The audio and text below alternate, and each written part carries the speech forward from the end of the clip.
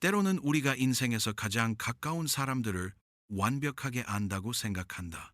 하지만 진실은 우리가 사랑하는 사람이 우리가 상상하는 것과는 완전히 다를 수 있다는 것이다. 김혜원은 서울의 스포츠 기자였다. 그녀의 남자친구 박준호는 성공한 종합 격투기 선수였다. 그들의 관계는 완벽해 보였다. 모든 사람이 부러워하는 아름다운 커플. 어느 날 저녁, 와인 몇 잔을 마신 후 혜원이 내기를 제안했다. 무해해 보였다. 만약 준호가 다음 경기에서 이기면 그가 원하는 무엇이든 들어주겠다고. 둘 다 웃었다. 연인 사이의 장난일 뿐이었다. 하지만 준호는 졌다. 그리고 패배와 함께 혜원이 결코 예상하지 못했던 변화가 찾아왔다. 그녀가 사랑했던 남자가 변하기 시작했다. 그의 미소가 사라졌다. 눈에 어두운 무언가가 나타났다. 상처받은 자존심과 억눌렸던 분노가 그들의 관계를 파괴하기 시작했다. 혜원은 빠르게 깨달았다. 내기는 단순한 무해한 게임이 아니었다. 준호는 그녀의 약속을 잊지 않았다. 그리고 그가 원하는 것에 대한 그의 생각은 그녀가 상상할 수 있었던 것보다 훨씬 끔찍했다. 이제 그녀는 연인에서 가장 큰 위협이 된 남자로부터 탈출할 방법을 찾아야 했다. 사랑하는 사람이 가장 큰 위협이 될 수 있다는 것을 깨달았을 때 한 여자는 무엇을 할 것인가? 김혜원은 스포츠 기자로서 서울에서 자신의 이름을 알린 지 오래였다. 30대 초반의 그녀는 한국 스포츠 저널리즘계에서 가장 존경받는 기자 중 한 명이었다. 그녀의 기사는 항상 정확했고 인터뷰는 깊이가 있었으며 무엇보다 그녀는 운동선수들로부터 신뢰를 받았다. 강남구에 위치한 스포츠 전문 매체 스포츠 투데이의 수석 기자로 일하던 그녀의 책상 위에는 수많은 상장과 함께 언론인 자격증이 자랑스럽게 놓여 있었다. 혜원의 하루는 새벽 5시에 시작되었다. 커피 한 잔과 함께 전 세계 스포츠 뉴스를 확인하는 것이 그녀의 일과였다. 특히 격투기 분야에서 그녀의 전문성은 타의 추종을 불허했다. UFC부터 원 챔피언십까지 아시아 격투기 씬의 모든 움직임을 그녀는 꿰뚫고 있었다. 동료들은 종종 농담 반 진담 반으로 그녀를 격투기 백과사전이라고 불렀다. 하지만 혜원의 인생이 완전히 바뀐 것은 2년 전이었다. 2022년 봄, 잠실 실내체육관에서 열린 ROADFC 대회를 취재하러 갔을 때였다. 그날 밤 메인 이벤트에서 박준호가 경기했다. 웰터급 신예 유망주로 떠오르던 준호는 그날 밤 압도적인 승리를 거두었다. 경기 후 인터뷰에서 그의 카리스마는 혜원을 단숨에 사로잡았다. 오늘 경기는 어떠셨나요? 혜원이 마이크를 내밀며 물었다. 완벽했어요. 준호가 미소를 지으며 답했다. 그의 눈에는 승리의 기쁨과 함께 뭔가 위험한 매력이 스며 있었다. 하지만 이건 시작일 뿐입니다. 저는 더 큰 무대를 노리고 있거든요. 그날 밤 인터뷰 후 준호는 혜원에게 커피를 제안했다. 처음에는 직업적인 만남이었지만 시간이 흐르며 둘 사이에는 특별한 화학 반응이 일어났다. 준호는 링 위에서의 냉혹함과는 달리 일상에서는 놀라울 정도로 매력적이고 세심했다. 그는 혜원의 말을 주의 깊게 들었고 그녀의 전문성을 진심으로 존중했다. 당신은 정말 대단해요. 첫 데이트에서 준호가 말했다. 격투기에 대해 이렇게 깊이 아는 기자는 처음 봤어요. 대부분의 기자들은 그냥 화려한 것만 쫓아다니는데 혜원은 그의 진심 어린 찬사의 마음이 움직였다. 지금까지 만났던 남자들은 대부분 그녀의 직업을 이해하지 못했거나 아예 관심을 보이지 않았다. 하지만 준호는 달랐다. 그는 그녀의 열정을 이해했고 응원했다. 교제 초기의 준호는 완벽한 남자친구였다. 그는 항상 혜원의 일정을 먼저 물어봤고 그녀가 늦게 일할 때면 직접 음식을 가져다 주기도 했다. 혜원의 친구들은 그들을 보며 부러워했다. 너 정말 좋은 사람 만났다. 라고 혜원의 베스트 프렌드인 이소영이 말했다. 준호 씨는 진짜 괜찮은 것 같아. 잘생겼고 성공했고 너한테도 잘하고. 준호의 아파트는 강남의 고급 주상복합 건물에 있었다. 넓은 거실과 웨이트 트레이닝 룸, 그리고 도시의 야경이 한눈에 보이는 발코니까지 모든 것이 완벽했다. 벽에는 그의 수많은 트로피와 메달들이 진열되어 있었고 중앙에는 그가 가장 자랑스러워하는 RODFC 웰터급 챔피언 벨트가 걸려 있었다. 언젠가는 UFC에도 갈 거예요. 준호가 벨트를 바라보며 말했다. 그게 제 꿈이거든요. 한국인 최초로 UFC 챔피언이 되는 것. 혜원은 그의 꿈을 응원했다. 기자로서도 연인으로서도 그녀는 종종 준호의 훈련을 지켜보곤 했다. 그가 샌드백을 치는 모습, 스파링을 하는 모습에서 그녀는 순수한 열정을 보았다. 하지만 동시에 뭔가 다른 것도 느꼈다. 그의 눈에는 때때로 차가운 무언가가 스쳐 지나갔다.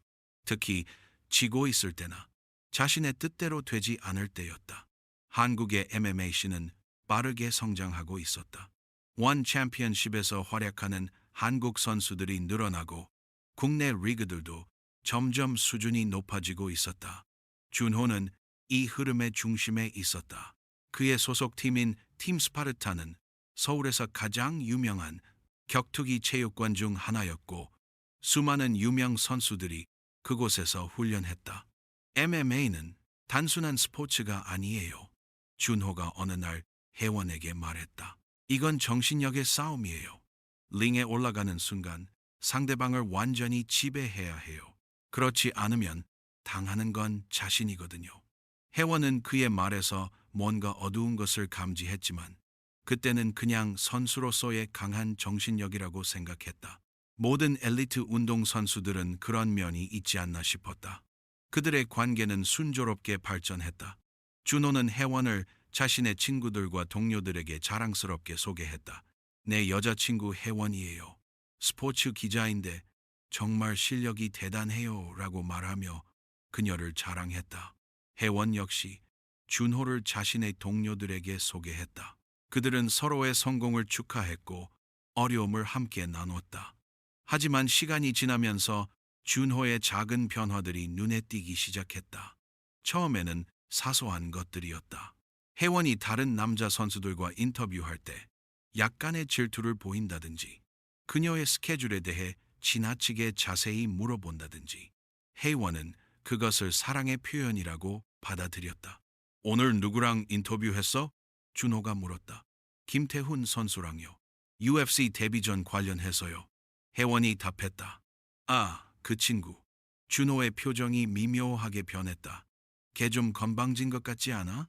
실력도 별로인데 말만 많고. 혜원은 준호의 반응이 약간 이상하다고 생각했지만 선수들 사이의 경쟁 심리라고 여겼다. 격투기 선수들은 대부분 자존심이 강했고 서로를 라이벌로 여기는 경우가 많았다. 준호의 훈련 강도는 날이 갈수록 높아졌다. 그는 하루에 서너 시간씩 체육관에서 보냈고 집에서도 끊임없이 영상을 분석했다. 그의 헌신은 대단했지만 동시에 강박적이기도 했다. 그는 완벽을 추구했고 자신에게도 타인에게도 높은 기준을 요구했다. 이번 경기는 정말 중요해요. 준호가 혜원에게 말했다. 이기면 원 챔피언십에서 연락이 올 거예요. 그러면 제 인생이 완전히 바뀌는 거죠. 혜원은 그의 야망을 이해했다. 기자로서 그녀 역시 성공에 대한 갈망이 있었다. 하지만 준호의 경우에는 뭔가 다른 것이 있었다. 그의 성공에 대한 집착은 때때로 불안감을 동반했다. 마치 치면 모든 것을 잃을 것 같은 두려움 말이다. 어느 날 저녁, 혜원과 준호는 한강공원을 산책하고 있었다. 봄바람이 부드럽게 불어오고 강물이 석양빛에 반짝였다. 완벽한 데이트였다. 혜원아, 준호가 갑자기 진지해지며 말했다. 나한테 정말 중요한 존재라는 거 알지? 물론이죠. 혜원이 미소를 지으며 답했다. 그럼 항상 내 편이어야 해. 무슨 일이 있어도. 준호의 목소리에 뭔가 간절함이 담겨 있었다. 혜원은 그의 말에서 약간의 이상함을 느꼈지만 그냥 넘어갔다. 사랑하는 사람에게 충성을 바라는 것은 자연스러운 일이 아닌가. 그들의 아파트 생활도 순조로웠다. 준호는 요리를 잘했고 혜원은 청소를 담당했다. 저녁에는 함께 영화를 보거나 그의 경기 영상을 분석했다. 평범하고 행복한 커플의 모습이었다. 하지만 가끔씩 준호의 다른 면이 드러났다. 특히 그가 스트레스를 받을 때였다. 어느 날 그가 스파링에서 조금 밀렸다는 이야기를 했을 때 그의 반응은 과도했다. 그 새끼가 나를 무시하는 거야. 준호가 화를 내며 말했다. 분명히 일부러 그런 거야. 진정해요. 혜원이 그를 달래려 했다. 그냥 연습이잖아요. 넌 몰라! 준호가 소리쳤다. 그리고 즉시 미안하다며 사과했다. 죄송해요. 제가 너무 예민했네요. 이런 일들이 가끔 있었지만 혜원은 그것을 선수로서의 스트레스라고 이해했다.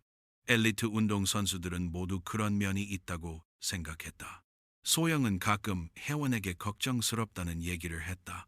준호 씨가 좋은 사람인 건 맞는데 가끔 너무 집착하는 것 같지 않아? 무슨 소리야? 혜원이 웃으며 답했다. 그냥 사랑하는 거지. 그래도 조심해. 남자가 너무 독점욕이 강하면 나중에 문제가 될 수 있어. 혜원은 소영의 걱정을 일축했다. 준호는 완벽한 남자친구였다. 약간의 질투나 독점욕은 사랑의 증거라고 생각했다. 시간이 흐르며 준호의 커리어는 정점을 향해 가고 있었다. 그의 다음 경기는 지금까지 가장 중요한 경기였다. 상대는 일본의 베테랑 파이터 다나카 히로시였다. 이기면 원 챔피언십으로의 길이 열리고 지면 한동안 기회를 잃을 수 있었다. 이번만 이기면 돼. 준호가 중얼거렸다. 이번만 이기면 모든 게 달라질 거야. 혜원은 그의 긴장감을 느꼈다. 그녀 역시 이 경기의 중요성을 알고 있었다. 기자로서 그녀는 이미 경기 후 인터뷰와 기사 계획을 세워두었다.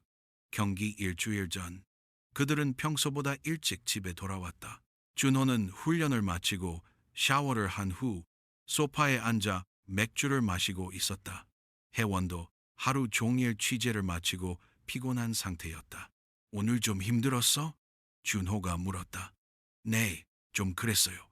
혜원이 답하며 그 옆에 앉았다. 올림픽 준비하는 선수들 인터뷰하느라 하루 종일 뛰어다녔거든요. 힘들겠네. 준호가 그녀의 어깨를 감싸며 말했다.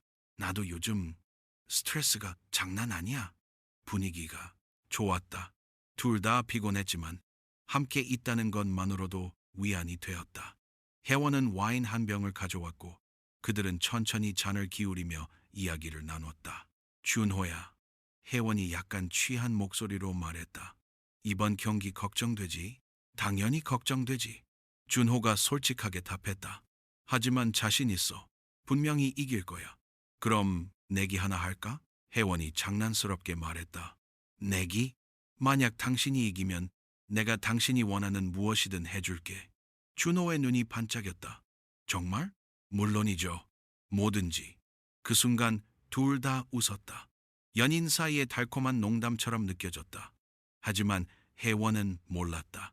준호의 눈에 스친 그 순간의 어둠을, 그리고 그 내기가 그들의 인생을 어떻게 바꿀지도. 그날은 준호에게 특별히 힘든 하루였다.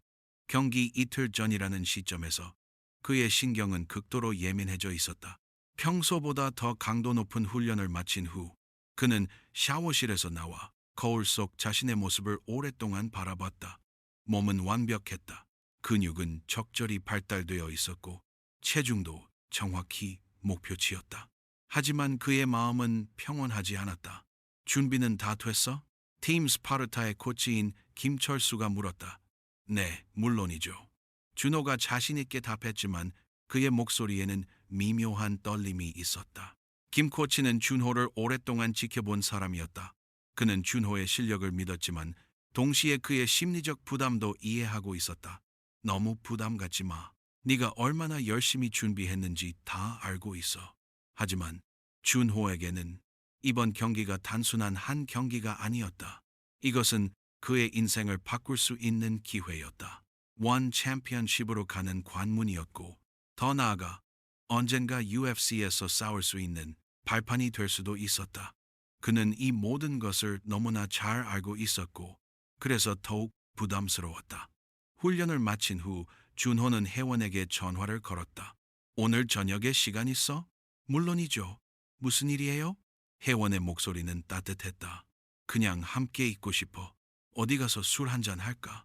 혜원은 준호의 목소리에서 평소와 다른 뭔가를 감지했다. 더 조심스럽고 불안해 보였다. 좋아요. 어디서 만날까요? 청담동에 있는 루프탑이라는 바 알아? 거기서 8시에 만나자. 루프탑은 강남의 고급 바 중 하나였다. 도시의 야경이 한눈에 보이는 곳이었고 평소 준호가 좋아하는 장소이기도 했다. 그곳에서는 조용히 대화할 수 있었고 분위기도 좋았다. 저녁 8시 혜원이 바에 도착했을 때 준호는 이미 와 있었다. 그는 구석 테이블에 앉아 맥주를 마시고 있었는데 평소보다 훨씬 진지해 보였다. 일찍 왔네요. 혜원이 그 옆에 앉으며 말했다. 좀 일찍 왔어. 준호가 억지로 미소를 지었다. 뭐 마실래? 와인으로 할게요. 준호가 웨이터를 불러 와인을 주문했다.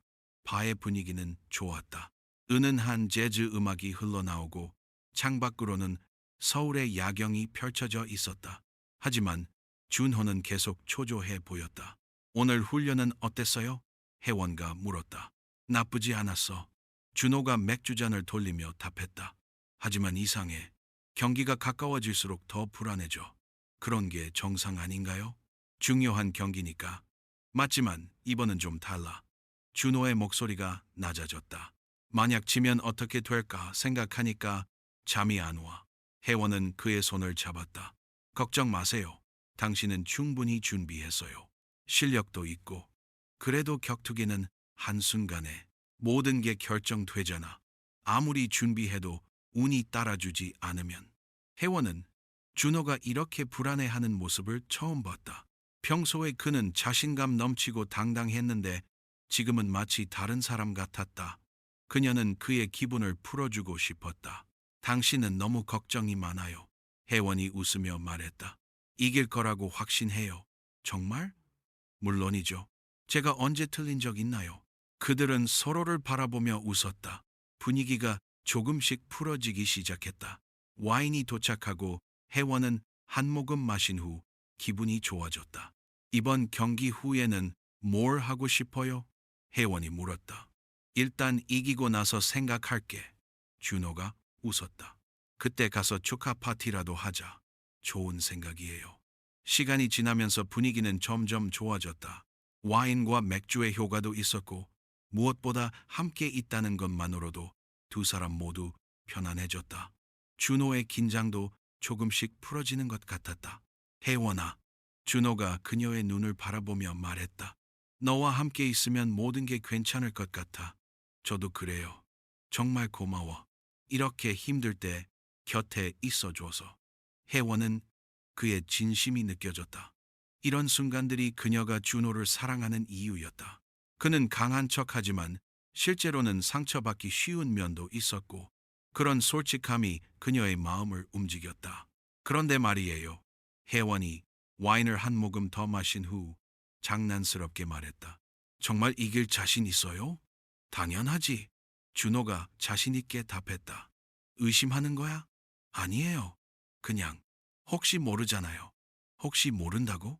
준호의 목소리에 약간의 날카로움이 섞였다. 혜원은 그의 반응이 약간 과도하다고 생각했지만 술 때문이라고 여겼다. 장난이에요. 물론 이길 거라고 생각해요. 그럼 확신한다는 거지? 네, 확신해요. 그렇다면 준호가 잠시 생각하더니 웃으며 말했다. 내기라도 할까? 내기요? 내가 이기면 너는 나한테 뭔가를 해줘야 하는 거야. 혜원은 그의 제안이 재밌다고 생각했다. 연인들 사이의 귀여운 게임 같았다. 무엇을요? 아직 정하지 않았어. 이기고 나서 생각해 볼게. 그럼 제가 지면 어떻게 되는 거예요? 그런 일은 없을 거야. 준호가 자신 있게 말했다. 나는 절대 안 져. 혜원은 그의 자신감이 좋았다. 이런 모습이 그녀가 아는 준호였다. 강하고 당당하고 승부욕이 강한 남자. 좋아요? 혜원이 웃으며 말했다. 하지만 조건이 있어요. 무슨 조건? 너무 과한 건 안 돼요. 상식적인 선에서. 물론이지. 나쁜 남자로 보여? 그들은 웃으며 잔을 부딪혔다. 그 순간 혜원은 맥주 받침에 적힌 바에 로고를 보았다. 루프탑, 당신의 특별한 순간을 위해. 정말 특별한 순간이었다. 사랑하는 남자와 함께 그의 중요한 경기를 앞두고 이런 달콤한 내기를 하다니. 그런데 혹시, 정말 혹시, 지면 어떻게 할 거예요? 혜원이 농담조로 물었다. 준호의 표정이 순간적으로 굳어졌다. 왜 자꾸 그런 소리를 해?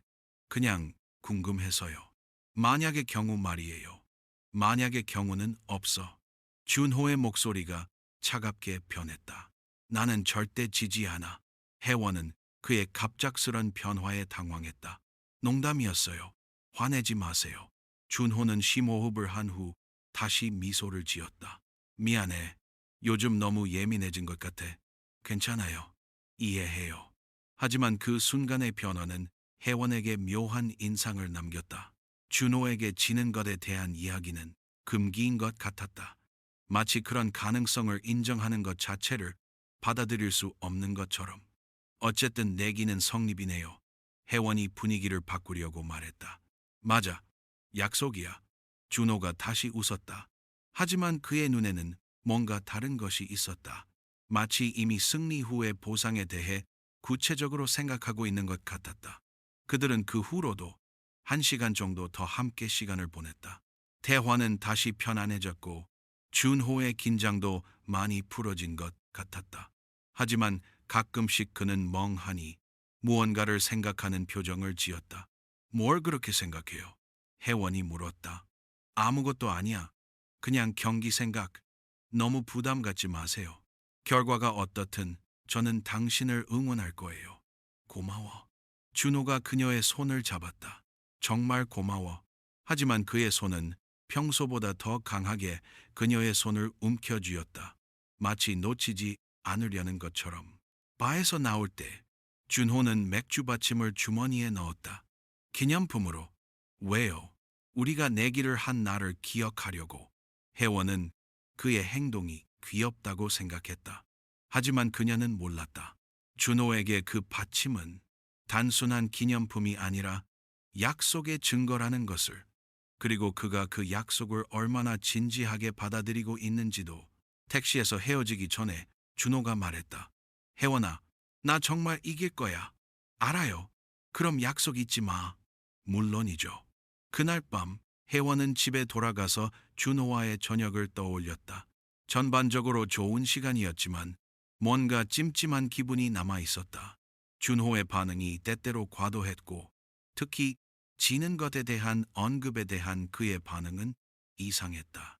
하지만 그녀는 그것을 단순히 경기 전 스트레스라고 결론지었다. 모든 운동선수들이 중요한 경기를 앞두고는 예민해지는 법이니까. 그날 밤 준호도 잠을 이루지 못했다. 그는 계속 혜원과의 내기에 대해 생각했다. 그녀가 무엇이든 해주겠다고 했을 때 그의 마음속에는 이미 구체적인 계획이 떠오르고 있었다. 물론 먼저 이겨야 했다. 하지만 그는 이길 것이다. 반드시 이길 것이다. 이틀 후면 경기였다. 그리고 그 후에는 새로운 인생이 시작될 것이다. 준호는 그렇게 믿고 있었다. 경기 당일 잠실 실내체육관은 이른 아침부터 분주했다.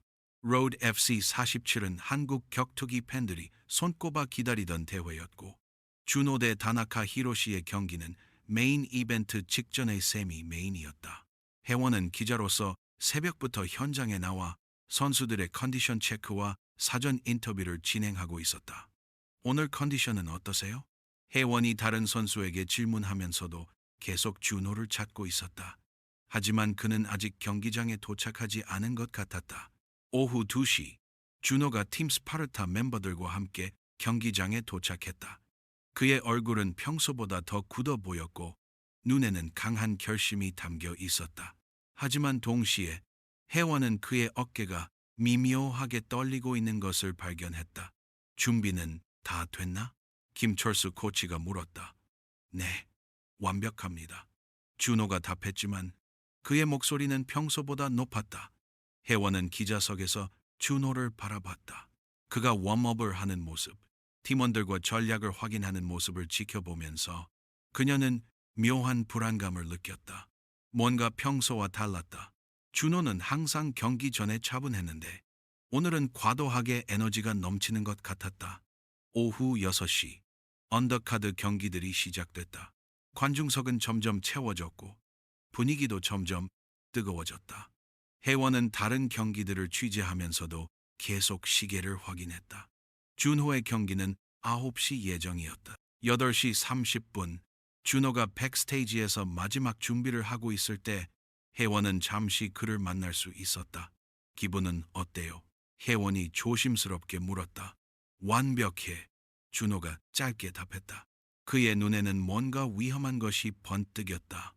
오늘 밤 모든 게 바뀔 거야. 너무 부담 갖지 말아요. 부담? 준호가 웃었다. 이건 부담이 아니야. 이건 기회야. 혜원은 그의 답변에서 뭔가 이상함을 느꼈다.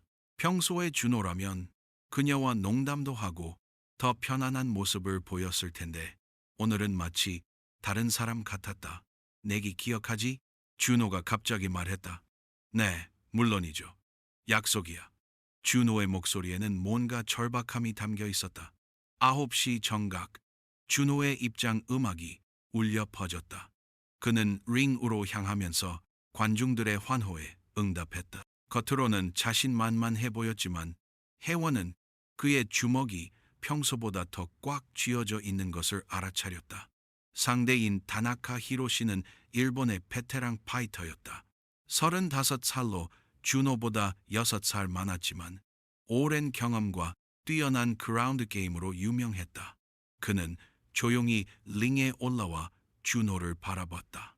그의 눈에는 냉정함이 담겨 있었다. 1라운드가 시작되었다. 준호는 처음부터 공격적으로 나갔다. 그의 스탠딩 기술은 여전히 뛰어났고 다나카를 계속 압박했다. 관중들은 열광했고 혜원도 안심했다. 이 정도라면 준호가 충분히 이길 수 있을 것 같았다. 하지만 2라운드에서 상황이 바뀌었다. 다나카가 준호의 패턴을 읽기 시작한 것이다. 베테랑다운 침착함으로 준호의 공격을 받아넘기고 기회가 오자 즉시 테이크다운을 시도했다. 준호는 당황했고 그 순간 다나카의 그라운드 게임에 말려들었다. 침착해! 김철수 코치가 코너에서 소리쳤다. 하지만 준호는 이미 감정적으로 흔들리고 있었다. 다나카는 준호를 바닥에 눕히고 체중을 이용해 압박했다. 준호는 일어나려고 했지만 다나카의 경험, 많은 그라운드 컨트롤 앞에서는 역부족이었다. 2라운드는 명백히 다나카의 라운드였다. 3라운드, 마지막 라운드였다. 준호는 반드시 이겨야 했다. 그는 모든 것을 걸고 공격했다. 하지만 다급함이 오히려 독이 되었다. 준호의 공격은 예측 가능했고 다나카는 그것을 이용했다. 3라운드 중반, 다나카가 카운터로 날린 훅이 준호의 턱을 정확히 맞췄다. 준호는 비틀거렸고 다나카는 즉시 피니시를 노렸다. 결국 준호는 다나카의 리어 네이키드 초크에 걸려들었다. 탭, 탭, 준호가 손으로 바닥을 쳤다. 경기는 끝났다. 다나카 히로시의 승리였다. 링 위에서 준호는 한동안 일어나지 못했다. 물리적인 데미지보다는 정신적인 충격이 더 컸다. 그는 믿을 수 없다는 표정으로 고개를 흔들었다. 이럴 수는 없었다. 이겨야 했는데, 반드시 이겨야 했는데. 혜원은 기자석에서 그 모든 것을 지켜봤다. 준호가 패배를 받아들이지 못하는 모습, 그의 절망적인 표정, 그녀의 마음도 아팠다. 하지만 동시에 묘한 불안감도 느꼈다. 준호의 반응이 평범한 선수의 패배 후 반응과는 달랐다. 경기 후 인터뷰에서 다나카는 겸손하게 승리 소감을 밝혔다. 반면 준호는 인터뷰를 거부했다. 그는 고개를 숙인 채 백스테이지로 사라졌다. 혜원은 잠시 고민하다가 준호를 찾아갔다. 기자로서가 아니라 연인으로서 그를 위로하고 싶었다. 하지만 백스테이지에서 그를 찾았을 때 그가 보인 모습은 혜원이 예상했던 것과 완전히 달랐다. 준호는 샤워실 벽에 주먹을 치고 있었다. 그의 글러브는 이미 찢어져 있었고 너클에는 피가 나고 있었다. 이럴 수는 없어! 준호가 소리쳤다. 이럴 수는 없다고!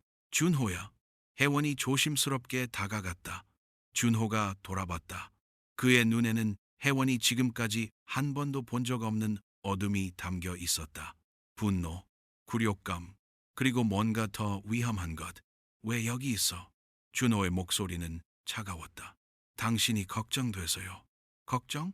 준호가 비웃었다. 지금 나를 동정하는 거야? 그런 게 아니에요. 그냥, 뭐? 준호가 한 발 다가왔다. 그냥 위로해 주려는 거야? 불쌍한 패배자를 위로해 주려는 거야? 혜원은 뒤로 물러났다. 이런 준호는 처음이었다. 그의 목소리에는 평소에 없던 날카로움이 있었고 눈빛도 완전히 달랐다. 그런 게 아니라 나는 패배자가 아니야. 준호가 소리쳤다. 이건 실수야. 운이 나빴을 뿐이야. 김철수 코치가 들어왔다. 준호야, 진정해. 코치님도 그렇게 생각하세요? 준호가 코치를 향해 돌아서며 말했다. 이게 내 실력이라고 생각하세요? 그런 게 아니야. 오늘은 상대가 더 좋았을 뿐이야. 다음에 기회가 있어. 다음? 준호의 웃음에는 광기가 섞여 있었다. 다음은 언제예요? 언제까지 기다려야 해요? 혜원은 그 순간 강한 불안감을 느꼈다. 이것은 단순한 패배에 대한 실망이 아니었다. 뭔가 더 깊고 어두운 것이 준호 안에서 터져 나오고 있었다. 준호야, 우리 집에 가자. 혜원이 말했다. 준호가 그녀를 바라봤다. 그의 눈에는 여전히 분노가 가득했지만 동시에 뭔가 계산하는 듯한 빛도 있었다. 집에? 준호가 천천히 말했다. 그래, 집에 가자. 우리가 할 일이 있으니까. 무슨 일이요? 약속. 준호가 차갑게 말했다. 내기 말이야. 하지만 당신이 졌는데요. 준호의 표정이 순간적으로 일그러졌다.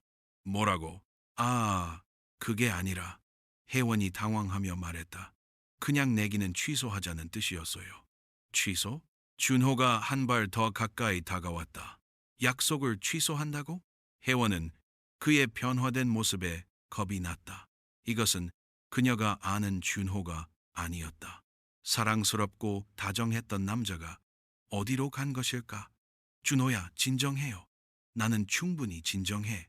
준호가 말했다. 하지만 그의 목소리는 전혀 진정되지 않았다. 그리고 약속은 약속이야. 그 순간 혜원은 깨달았다. 그들이 바에서 했던 무해한 내기가 준호에게는 전혀 무해하지 않았다는 것을, 그리고 패배가 그의 무언가를 완전히 바꿔놓았다는 것을. 우리 집에 가자. 준호가 다시 말했다. 하지만 이번에는 협상의 여지가 없어 보였다. 혜원은 어쩔 수 없이 고개를 끄덕였다. 하지만 그녀의 마음속에는 처음으로 진짜 두려움이 싹트기 시작했다. 경기장을 나서는 길에 준호는 찢어진 글러브를 주머니에 넣었다. 마치 자신의 패배와 굴욕을 기억하기 위해서라도 하듯이. 그리고 그는 혜원을 바라보며 미소를 지었다. 하지만 그 미소에는 사랑이 아닌 다른 것이 담겨 있었다. 경기가 끝난 지 일주일이 지났지만 준호는 여전히 그날 밤에서 벗어나지 못하고 있었다. 그는 하루 종일 집안에 틀어박혀 경기 영상을 반복해서 시청했다. 같은 장면을 수십 번, 수백 번 돌려보면서 자신이 어디서 실수했는지 분석하고 있었다. 여기서 내가 왼쪽으로 움직였어야 했어. 준호가 혼자 중얼거렸다. 그럼 다나카의 훅을 피할 수 있었을 텐데. 혜원은 준호의 이런 모습을 처음 봤다. 평소 같으면 패배 후에도 금세 다음 경기를 준비하며 앞으로 나아갔는데 이번에는 과거에 완전히 매여 있었다. 그녀는 그를 위로하려고 했지만 준호는 그녀의 말을 듣지 않았다. 준호야, 너무 자책하지 마요. 혜원이 말했다. 다음 기회가 있을 거예요. 다음? 준호가 화면에서 눈을 떼지 않고 말했다. 언제가 다음이야? 나는 이미 30이야. 더 이상 젊지 않다고. 그래도 아직 넌 몰라. 준호가 갑자기 소리를 질렀다. 넌 링에 서본 적이 없으니까 몰라. 혜원은 그의 갑작스러운 폭발에 놀랐다. 경기 후 내내 준호는 이런 식이었다. 평상시에는 조용히 있다가 갑자기 화를 내곤 했다. 미안해. 준호가 즉시 사과했다. 내가 너무 예민해졌네. 이런 패턴이 계속 반복되었다. 갑작스러운 분노 후에 오는 사과. 혜원은 그가 스트레스를 받고 있다고 이해하려고 했지만 점점 그의 변화된 모습에 불안감을 느끼기 시작했다. 며칠 후 혜원이 회사에서 돌아왔을 때 준호가 이상한 질문을 했다. 오늘 누구랑 일했어? 평소처럼 동료들이랑요. 왜요? 그냥 궁금해서.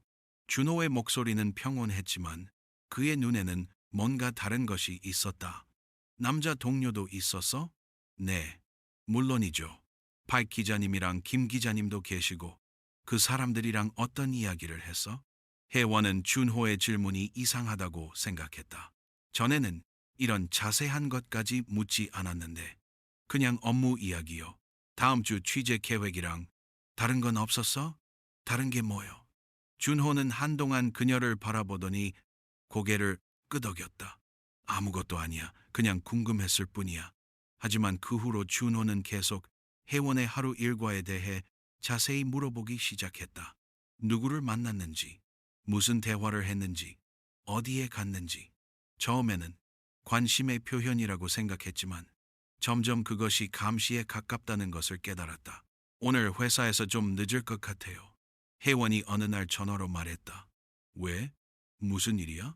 긴급 취재가 생겼어요. UFC 파이터가 한국에 왔는데 인터뷰 요청이 와서 전화 너머로 잠시 침묵이 흘렀다. 남자 파이터야? 준호의 목소리가 차갑게 변했다. 네. 그런데 그게 왜 중요해요? 그냥 조심해. 그런 놈들은 믿을 수 없어. 무슨 소리예요? 제가 일하는 거잖아요. 알아. 하지만 혹시 모르니까. 혜원은 준호의 변화된 태도에 당황했다. 전에는 그녀의 일을 응원했는데 지금은 마치 의심하는 것 같았다. 그날 밤 혜원이 집에 돌아왔을 때 준호는 거실에서 그녀를 기다리고 있었다. 인터뷰는 어땠어? 준호가 물었다. 좋았어요. 좋은 기사가 될 것 같아요. 그 파이터는 어떤 놈이야? 평범한 선수예요. 예의도 바르고. 너한테 이상한 짓은 안 했지? 준호의 목소리에 위험한 기운이 섞였다. 무슨 소리예요? 그냥 인터뷰였다고요. 준호는 한동안 그녀를 바라보더니 갑자기 미소를 지었다. 미안해. 내가 너무 신경 쓰나 봐. 하지만 그 미소는 전혀 따뜻하지 않았다. 주말이 되자 준호는 혜원에게 제안했다. 우리 어디 여행이라도 갈까? 좋은 생각이에요. 어디로요? 강원도 쪽으로 조용한 펜션에서 며칠 쉬면서. 하지만 월요일에 중요한 회의가 있어요. 준호의 표정이 순간적으로 굳어졌다. 일이 더 중요해? 그런 게 아니라 나보다 일이 더 중요하다는 거지? 준호의 목소리가 높아졌다. 그런 뜻이 아니에요. 그냥 스케줄. 준호가 비웃었다. 항상 스케줄이네. 나는 언제쯤 네 스케줄에 들어갈 수 있을까? 혜원은 그의 반응이 과도하다고 생각했다. 당신도 훈련 때문에 바쁘잖아요. 나는 달라. 나는 널 위해서라면 모든 걸 포기할 수 있어.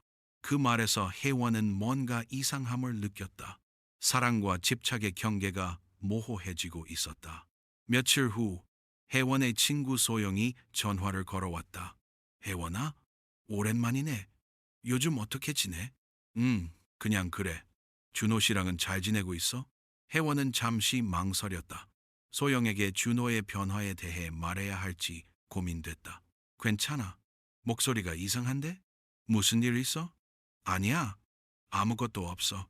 그럼 이번 주말에 만날까? 오랫동안 못 봤잖아. 혜원이 대답하기 전에 준호가 옆에서 말했다. 누구야? 소영이요. 준호가 손을 내밀었다. 잠깐 바꿔봐. 왜요? 그냥. 혜원은 어쩔 수 없이 전화를 건넸다. 소영씨? 안녕하세요. 준호예요. 준호의 목소리는 상냥했다. 혜원이가 요즘 좀 피곤해해서요. 주말에는 집에서 쉬는 게 좋을 것 같아요. 전화 너머로 소영의 당황한 목소리가 들렸다. 아, 네. 그럼 다음에. 네. 다음에 기회가 되면요. 준호가 전화를 끊고 혜원에게 돌려줬다. 친구들도 좋지만 우리 시간도 중요하잖아. 혜원은 그의 행동이 이상하다고 생각했지만 직접적으로 반대하지는 못했다. 뭔가 준호의 기분을 건드리면 또 화를 낼 것 같았다. 그날 밤 혜원이 잠자리에 들기 전에 거실에 있던 그들의 사진을 보다가 이상한 것을 발견했다. 그들이 함께 찍은 행복한 사진 중 하나가 찢어져 있었다. 정확히는 혜원의 얼굴 부분이 찢어져 있었다. 이 사진이 왜 이래? 혜원이 준호에게 물었다. 준호가 사진을 보더니 무표정하게 말했다. 모르겠어. 언제 찢어진 거지? 하지만 이건 별거 아니잖아. 새로 찍으면 되지. 준호의 반응은 너무나 태연했다. 마치 자신이 찢은 것이 아니라는 듯이. 하지만 혜원은 직감적으로 알 수 있었다. 이것은 사고가 아니었다. 그날 밤 혜원은 잠을 이루지 못했다. 침대에 누워 있으면서 최근 몇 주간의 일들을 떠올려 봤다. 준호의 변화, 그의 질문들, 친구들과의 만남을 방해하는 것, 그리고 찢어진 사진. 이 모든 것들이 우연의 일치일까? 혜원아, 준호가 갑자기 말했다. 잠 못 자? 네, 좀 그래요. 뭔가 걱정이 있어? 혜원은 잠시 망설이다가 용기를 내어 말했다. 준호야, 우리 이야기 좀 해야 할 것 같아요. 무슨 이야기? 요즘 당신이 좀 변한 것 같아요. 침대 옆에서 준호의 몸이 굳어지는 것을 느낄 수 있었다. 어떻게 변했다는 거야? 더 예민해지고 제 일에도 지나치게 간섭하고. 간섭? 준호의 목소리가 차갑게 변했다.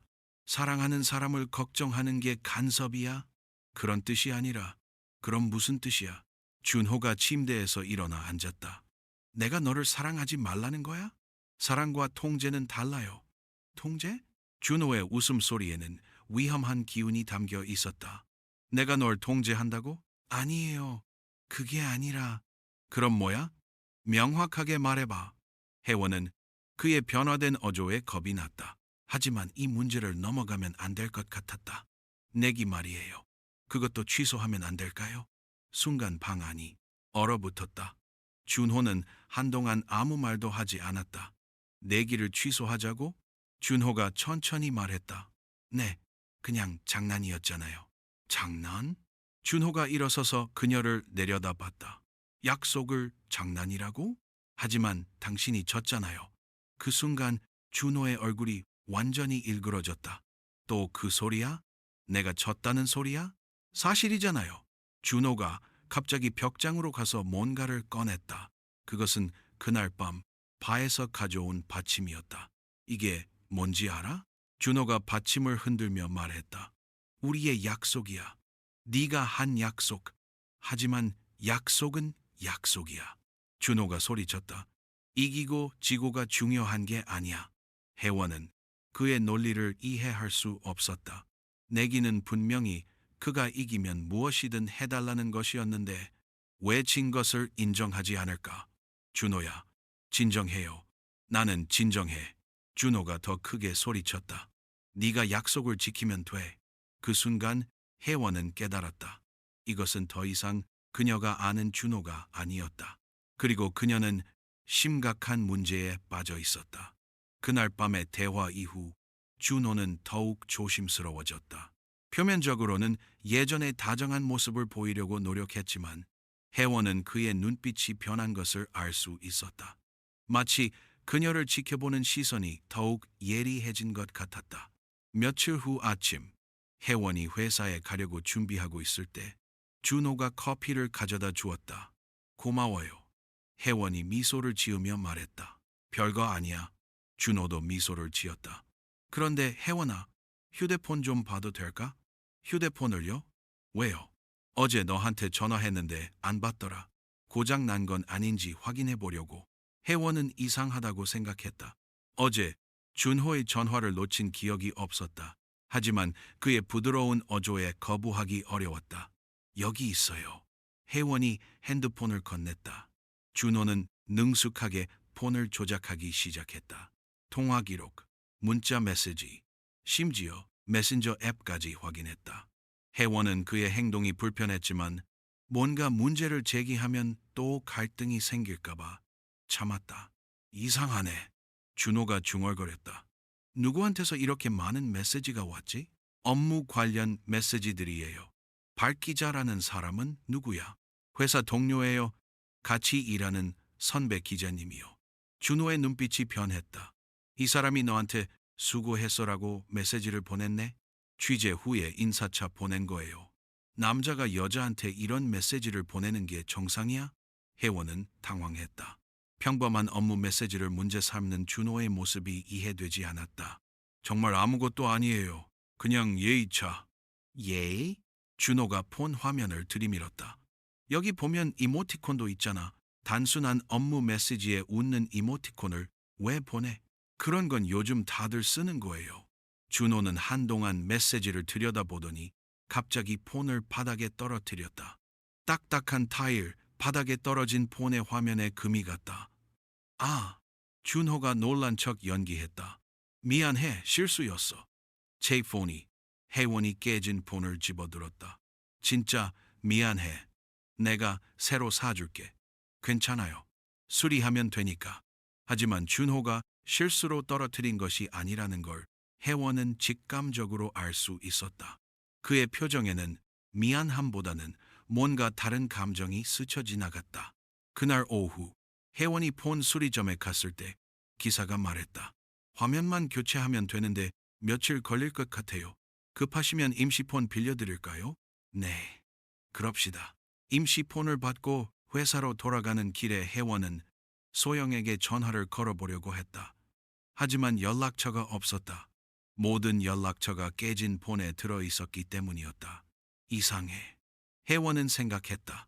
준호는 내 연락처를 다 알고 있는데 왜 미리 백업해달라고 하지 않았을까?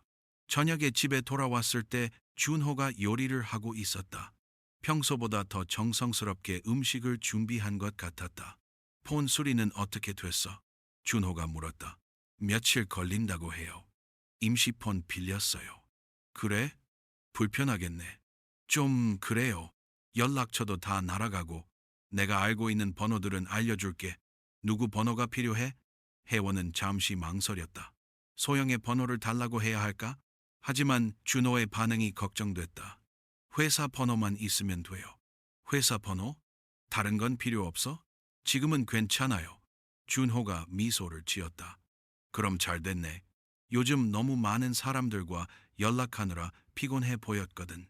그 말에서 혜원은 뭔가 이상함을 느꼈다. 마치 준호가 그녀의 연락망이 끊어진 것을 오히려 좋아하는 것 같았다. 다음 날 회사에서 박 기자가 혜원에게 다가왔다. 혜원 씨, 어제 연락이 안 되더라고요. 혹시 무슨 일 있었나요? 아, 폰이 고장나서요. 아, 그래서. 그런데 혹시 이번 주말에 시간 있으시면 선배들이랑 회식 어때요? 새로 온 후배도 있고. 그럼 좋죠. 그럼 토요일 저녁에 강남에서 만날까요? 혜원이 고개를 끄덕이려는 순간 핸드폰이 울렸다. 준호였다. 여보세요? 뭐해? 준호의 목소리가 들렸다. 회사에서 일하고 있어요. 점심은 먹었어? 아니요, 아직이요. 그럼 내가 가져다 줄까? 회사 앞까지. 괜찮아요. 동료들이랑 먹을 거예요. 전화 너머로 잠시 침묵이 흘렀다. 누구랑? 박 기자님이랑 몇 명이요? 그 남자 기자? 혜원은 준호의 목소리에서 경계심을 느꼈다. 박 기자가 옆에서 대화를 듣고 있어서 당황스러웠다. 네, 그런데 왜요? 아니야, 그냥. 잘 먹어. 전화가 끊어진 후 박 기자가 미소를 지으며 말했다. 남자친구분이신가 봐요? 챙겨주시네요. 네, 그래요. 하지만 혜원의 마음은 편하지 않았다. 준호의 반응이 점점 예민해지고 있었다. 그날 저녁 집에 돌아왔을 때 준호가 평소보다 일찍 와 있었다. 일찍 왔네요. 혜원이 말했다. 훈련을 일찍 마쳤어. 오늘 컨디션은 어땠어요? 괜찮았어. 준호가 그녀를 바라보며 말했다. 그런데 점심은 잘 먹었어? 네, 맛있게 먹었어요. 누구랑 먹었다고 했지? 박 기자님이랑 다른 동료들이요. 그 박 기자라는 사람 말고 다른 사람들은 누구야? 혜원은 준호의 질문이 지나치게 상세하다고 생각했다. 마치 신문을 받는 기분이었다. 김 기자님이랑 이 기자님도 계셨어요. 남자들만? 아니요. 여자 기자님들도 계셨어요. 어떤 이야기를 했어? 그냥 업무 이야기요. 준호는 한동안 그녀를 바라보더니 갑자기 미소를 지었다. 그래, 잘 됐네. 하지만 그 미소는 전혀 자연스럽지 않았다. 주말이 되자 혜원은 회식 약속을 지키려고 했다. 하지만 준비를 하면서 준호에게 말하는 것이 걱정됐다. 오늘 저녁에 회사 사람들이랑 회식이 있어요. 혜원이 조심스럽게 말했다. 준호의 손이 멈췄다. 회식? 네, 박 기자님이 제안하신 거예요. 또 그 남자구나. 회사 사람들 다 모이는 거예요. 왜 갑자기? 새로 온 후배도 있고 다들 오랫동안 못 만났으니까. 준호가 일어나서 그녀 앞에 섰다. 꼭 가야 해? 약속했으니까요. 나랑 있는 게 좋지 않아? 그런 게 아니라 가끔은 동료들과도 만나야죠. 준호의 표정이 점점 굳어졌다. 너는 항상 다른 사람들이 더 중요하구나. 그런 게 아니에요. 그럼 뭐야? 나는 언제나 뒷전이고. 왜 이렇게 극단적으로 생각해요? 극단적? 준호의 목소리가 높아졌다.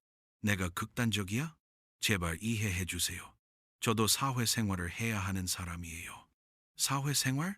준호가 비웃었다. 그 남자들이랑 술 마시는 게 사회생활이야? 왜 자꾸 남자들만 신경 써요? 여자 동료들도 있다고 했잖아요. 여자들은 상관없어. 문제는 그 발기자라는 놈이야. 혜원은 준호의 논리를 이해할 수 없었다. 왜 발기자에게만 이렇게 적대적일까? 발기자님이 뭘 잘못했다고 그래요? 잘못? 준호가 한 발 가까이 다가왔다. 너한테 관심이 있는 게 뻔하잖아. 그런 게 아니에요. 그분은 결혼하신 분이에요. 결혼했다고 다른 여자한테 관심 없는 줄 알아? 혜원은 준호의 의심과 질투가 이미 병적인 수준에 이르렀다는 것을 깨달았다. 하지만 그를 진정시키려고 했다. 정말 아무것도 아니에요. 그냥 평범한 회식이라고요. 평범한 회식에서 무슨 일이 일어나는지 나는 알아. 준호의 목소리가 위험하게 낮아졌다. 무슨 일이요? 술 마시고 분위기 좋아지고 그러다가 뭐요? 준호는 대답하지 않았다. 대신 그는 혜원의 어깨를 잡았다. 그의 손이 점점 세게 조여왔다. 아파요. 혜원이 말했다. 하지만 준호는 놓지 않았다. 오늘은 가지 마. 하지만 가지 말라고. 준호의 목소리가 폭발했다. 동시에 그의 소나귀가 더욱 세졌다. 정말 아파요. 혜원이 소리쳤다. 그제야 준호가 손을 놓았다. 혜원의 어깨에는 그의 손자국이 빨갛게 남아 있었다. 미안해. 준호가 즉시 사과했다. 내가 너무 흥분했네. 하지만 이것은 단순한 실수가 아니었다. 혜원은 처음으로 준호로부터 물리적인 위협을 느꼈다. 그리고 그것이 앞으로 더 심해질 수 있다는 두려움이 밀려왔다. 오늘은 정말 집에 있자. 준호가 다시 부드럽게 말했다. 우리 둘만의 시간을 가지자. 혜원은 어깨를 문지르며 그를 바라봤다. 이것은 부탁이 아니었다. 명령이었다. 그리고 거부할 경우 어떤 일이 일어날지 그녀는 이제 알 수 있었다. 알겠어요. 혜원이 작은 목소리로 말했다. 준호가 미소를 지었다. 하지만 그 미소 속에는 승리의 기쁨이 담겨 있었다. 그날 밤 이후 혜원의 삶은 완전히 바뀌었다. 준호는 더 이상 숨기려 하지 않았다. 그의 통제는 점점 더 노골적이고 체계적이 되어갔다. 월요일 아침 혜원이 회사에 가려고 하자 준호가 말했다. 오늘 점심때 전화할게. 받아야 해. 왜요? 그냥 네가 뭘 하고 있는지 알고 싶어서. 하지만 회의 중이면 회의보다 내 전화가 중요해. 준호의 목소리에는 협상의 여지가 없었다. 혜원은 더 이상 반박하지 않았다. 지난 주말의 일이 너무나 선명하게 기억났다. 그의 소나귀에 눌린 어깨는 아직도 멍이 들어 있었다. 회사에 도착한 혜원은 평소보다 더 조용했다. 동료들이 주말 회식에 왜 안 왔는지 물어봤지만 그녀는 대충 핑계를 대고 넘어갔다. 몸이 좀 안 좋았어요. 그랬구나. 다음에는 꼭 와요. 박 기자가 말했다. 어제 정말 재밌었거든요. 혜원은 씁쓸한 미소를 지었다. 그녀도 그 자리에 있고 싶었다. 동료들과 웃고 떠들고 싶었다. 하지만 이제는 그런 평범한 일상도 허락되지 않았다. 정오가 되자 준호의 전화가 걸려왔다. 뭐해? 점심 먹으려고 해요. 누구랑? 혼자요. 좋아. 어디서 먹을 거야? 회사 근처 식당에서요. 식당 이름은? 혜원은 그의 질문이 너무 구체적이라고 생각했다. 하지만 거짓말을 했다가 들키면 더 큰 문제가 될 것 같았다. 막고울이라는 한식당이요. 알겠어. 1시간 후에 다시 전화할게. 전화가 끊어진 후 혜원은 한숨을 쉬었다. 이제 그녀의 모든 행동이 감시받고 있었다. 그날 오후 혜원이 취재를 나가려고 하는데 편집장이 불렀다. 혜원 씨, 잠깐만요. 네, 무슨 일이세요? 아까 누군가가 전화를 했는데 혜원 씨 남자친구라고 하더라고요. 혜원의 얼굴이 굳어졌다. 무슨 전화를요?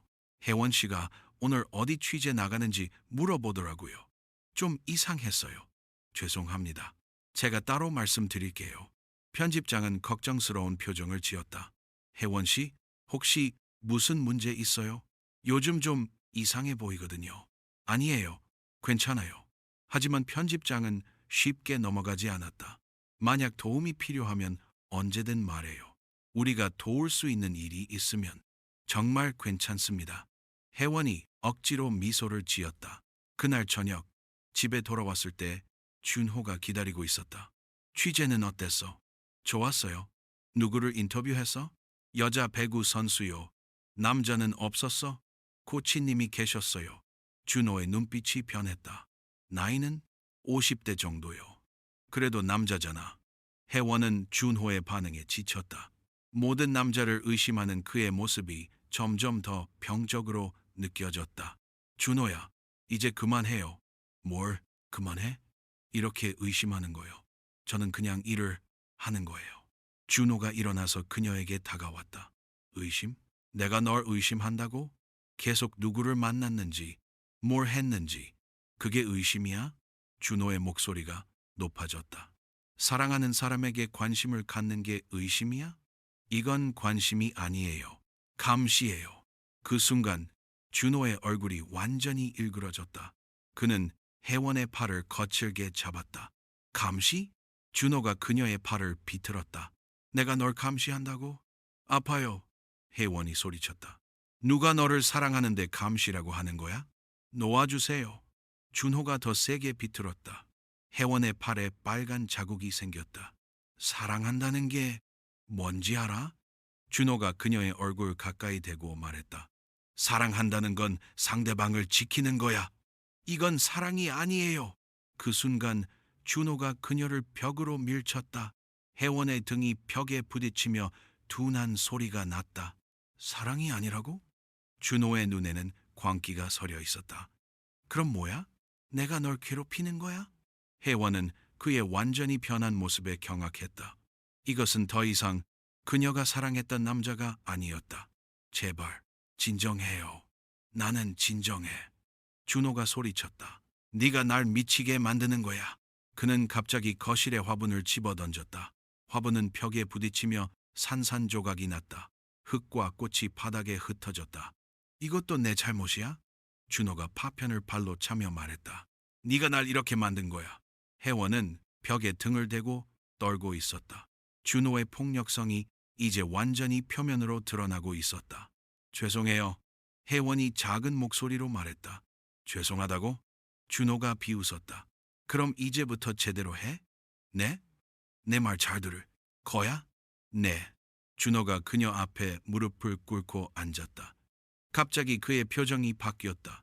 분노가 사라지고 눈물이 글썽였다. 혜원아. 준호가 그녀의 손을 잡았다. 나는 널 사랑해. 정말 사랑해. 그의 갑작스러운 변화에 혜원은 당황했다. 너 없이는 살 수 없어. 준호의 목소리가 떨렸다. 네가 날 떠나면 나는 죽을 거야. 무슨 소리예요? 정말이야? 너 없으면 나는 아무것도 아니야. 준호가 그녀의 손을 더 세게 잡았다. 약속해. 절대 날 떠나지 않겠다고 약속해. 혜원은 그의 급작스러운 감정 변화에 혼란스러웠다. 방금 전까지 그녀를 위협하던 사람이 이제는 울고 있었다. 준호야, 약속하지 않으면 나는 정말 죽어버릴 거야. 준호가 눈물을 흘리며 말했다. 내가 얼마나 힘든지 알아? 경기에서 지고 모든 게 망가지고. 혜원은 그의 눈물에 마음이 흔들렸다. 이것이 조작인지 진심인지 구분할 수 없었다. 죽는다는 소리 하지 마요. 그럼 약속해. 준호가 그녀를 간절히 바라봤다. 절대 날 떠나지 않겠다고. 혜원은 어쩔 수 없이 고개를 끄덕였다. 약속할게요. 준호가 안도의 한숨을 쉬었다. 그리고 갑자기 그녀를 꽉 안았다. 고마워. 정말 고마워. 하지만 그의 포옹은 따뜻함보다는 구속감을 주었다. 마치 그녀를 놓치지 않으려는 것처럼. 다음날 아침, 혜원이 출근 준비를 하고 있을 때 준호가 말했다. 혜원아, 집 열쇠 하나 더 만들까? 왜요? 만약 네가 열쇠를 잃어버리면 어떻게 해? 여분이 있으면 좋잖아. 혜원은 그의 제안이 이상하다고 생각했다. 하지만 거절할 이유도 없었다. 그럼 만들어요. 내가 만들어 올게. 네 열쇠 좀 빌려줘. 혜원이 열쇠를 건네주려고 하는데 준호가 열쇠고리에서 작은 인형 키링을 떼어냈다. 이건 뭐야? 소영이가 준 거예요. 친구 선물이에요. 준호의 표정이 순간적으로 굳어졌다. 소영이? 네, 생일 때 받은 거예요. 준호가 키링을 손바닥에 올려놓고 바라봤다. 그리고 갑자기 주먹을 쥐어 부숴버렸다. 왜 그래요? 혜원이 놀래서 말했다. 낡았잖아. 준호가 부서진 조각들을 쓰레기통에 버렸다. 새로 사줄게. 혜원은 그의 행동에 충격을 받았다. 그것은 친구의 소중한 선물이었는데 그래도 소영이가 준 건데. 소영이. 준호의 목소리가 차갑게 변했다. 또 그 여자 이야기야? 친구인데요? 친구? 준호가 비웃었다. 그 여자가 우리 사이를 갈라놓으려고 하는 거 모르겠어? 무슨 소리예요? 날 못마땅해 하잖아. 너한테 이상한 말하고. 혜원은 준호가 어떻게 소영과의 대화를 알고 있는지 의아했다. 하지만 더 따지면 또 화를 낼 것 같아서 조용히 있었다. 앞으로 그 여자랑 연락하지 마. 준호가 명령조로 말했다. 하지만 뭐? 나보다 그 여자가 더 중요해? 혜원은 대답할 수 없었다. 준호의 논리는 항상 극단적이었다.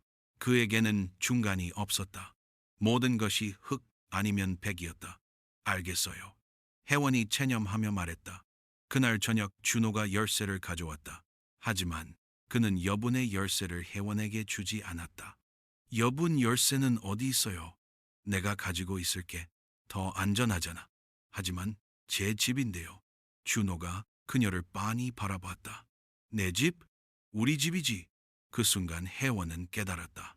이제 이 집에서 그녀는 주인이 아니었다. 준호가 모든 것을 통제하고 있었다. 열쇠도, 그녀의 외출도, 그녀의 관계도. 그런데 만약 당신이 없을 때 제가 들어가지 못하면 내가 없을 일은 없어. 준호가 단호하게 말했다. 앞으로 나는 항상 여기 있을 거야. 그 말은 약속이 아니라 경고처럼 들렸다. 혜원은 이제 진짜로 갇혔다는 것을 깨달았다. 물리적으로도 정신적으로도. 그날 밤 침대에 누워서 혜원은 생각했다. 이 모든 것이 어떻게 이렇게 되었을까? 몇 달 전만 해도 그녀는 성공적인 기자였고 독립적인 여성이었다. 하지만 지금은 자신의 집에서도 자유롭지 못했다. 준호는 옆에서 편안히 잠들어 있었다. 마치 모든 것이 정상인 것처럼. 하지만 혜원은 알고 있었다. 이것은 시작일 뿐이라는 것을. 그리고 더 무서운 것이 기다리고 있다는 것을. 혜원의 삶이 완전히 통제받기 시작한 지 한 달이 지났다. 그녀는 이제 준호의 허락 없이는 아무것도 할 수 없었다. 회사에서도 점점 고립되어 갔고 친구들과의 연락도 완전히 끊어졌다. 하지만 그날 오후 우연한 발견이 모든 것을 바꿔 놓았다. 준호가 훈련을 나간 사이 혜원은 집에서 청소를 하고 있었다. 소파 쿠션을 정리하던 중 그 사이에 뭔가 끼어 있는 것을 발견했다. 작은 종이 조각이었다. 처음에는 그냥 영수증인 줄 알았지만 자세히 보니 다른 것이었다. 차용증이라는 글자가 맨 위에 적혀 있었다. 혜원의 심장이 빨라졌다. 종이는 반으로 찢어져 있었지만 읽을 수 있는 부분이 있었다. 박준호는 이만석에게 금 3천만 원을 빌렸으며 3천만 원? 혜원은 눈을 의심했다. 준호가 누군가에게 그렇게 큰 돈을 빌렸다는 뜻이었다. 그런데 왜 그녀에게 말하지 않았을까? 혜원은 종이를 더 자세히 살펴봤다. 날짜는 준호의 경기 2달 전이었다. 그리고 맨 아래에는 무서운 경고문이 적혀 있었다. 상환기일내 미납시 상응하는 조치를 취할 것임. 혜원의 손이 떨렸다. 이만석이라는 이름은 어디서 들어본 것 같았다. 어디서였을까? 갑자기 기억이 났다. 몇 년 전 스포츠계 비리 사건을 취재할 때 나왔던 이름이었다. 그는 불법 도박과 선수 매수로 유명한 조직의 보스였다. 경찰도 쉽게 건드리지 못하는 위험한 인물이었다. 설마 혜원은 끔찍한 가능성을 떠올렸다. 준호가 그런 사람에게 돈을 빌렸다는 것은 단순한 개인적 빚이 아닐 수도 있었다. 혜원은 서둘러 준호의 방을 뒤져보기 시작했다. 평소에는 감히 엄두도 내지 못했지만 이 발견이 너무 충격적이어서 더 알아봐야 할 것 같았다. 옷장 깊숙한 곳에서 또 다른 서류들을 발견했다. 은행 대출 거절 통지서들, 카드 연체 고지서들, 그리고 더 많은 차용증들. 준호의 재정 상태는 완전히 파탄났었다. 하지만 가장 충격적인 것은 마지막에 발견한 문자 메시지들이었다. 준호의 오래된 핸드폰이 서랍 깊숙이 숨겨져 있었다. 혜원은 떨리는 손으로 메시지들을 확인했다. 이만석이라는 이름으로 저장된 번호에서 온 메시지들이었다. 다음 경기에서 질 것, 2라운드에서 넘어가기, 다나카가 이기게 하면 빚 절반 탕감, 거부하면 다리 하나는 각오해야 함. 혜원은 충격에 휘청거렸다. 준호가 진 것은 실력 부족이나 운이 나빠서가 아니었다. 일부러 진 것이었다. 협박을 받아서. 더 많은 메시지들이 있었다. 잘했다. 하지만 아직 빚이 남았다. 나머지는 언제 갚을 것인가? 여자친구가 기자라더니 흥미롭군. 마지막 메시지에서 혜원의 혈관이 얼어붙었다. 그들이 자신을 알고 있었다. 기자, 여자친구를 잘 활용하면 더 큰 일도 할 수 있겠는데. 혜원은 이제 모든 것을 이해했다. 준호의 갑작스러운 변화, 그의 분노, 그의 절망감. 그는 단순히 경기에서 진 것이 아니라 협박에 굴복한 것이었다. 그리고 그 죄책감과 굴욕감이 그를 완전히 다른 사람으로 만들어버린 것이었다. 하지만 더 무서운 것은 이만석이 혜원에게도 관심을 보이고 있다는 것이었다. 기자인 그녀를 이용해서 무엇을 하려는 걸까? 혜원은 서둘러 모든 것을 원래 자리에 돌려놓았다. 하지만 그녀의 마음은 완전히 뒤바뀌어 있었다. 지금까지 그녀는 준호를 폭력적이고 통제적인 남자로만 보았다. 하지만 이제는 그가 피해자이기도 하다는 것을 알게 되었다. 동시에 자신도 위험에 처해 있다는 것을 깨달았다. 이만석 같은 사람들이 그녀를 주목하고 있다면 이것은 단순한 연인 간의 문제가 아니었다. 저녁에 준호가 돌아왔을 때 혜원은 평소처럼 행동하려고 노력했다. 하지만 그를 보는 눈빛이 달라졌다. 분노와 두려움 외에 연민도 느껴졌다. 오늘 훈련은 어땠어요? 혜원이 물었다. 그냥 그랬어. 준호의 대답은 여전히 퉁명스러웠다. 혹시 요즘 스트레스 받는 일이 있어요? 준호가 갑자기 그녀를 쳐다봤다. 왜 그런 걸 물어? 그냥 많이 힘들어 보여서요. 준호는 한동안 그녀를 바라보더니 갑자기 웃었다. 하지만 그 웃음에는 쓸쓸함이 담겨 있었다. 힘들다고? 나는 괜찮아. 정말요? 응. 나는 항상 괜찮아. 준호의 목소리에 무언가 무너지는 소리가 섞여 있었다.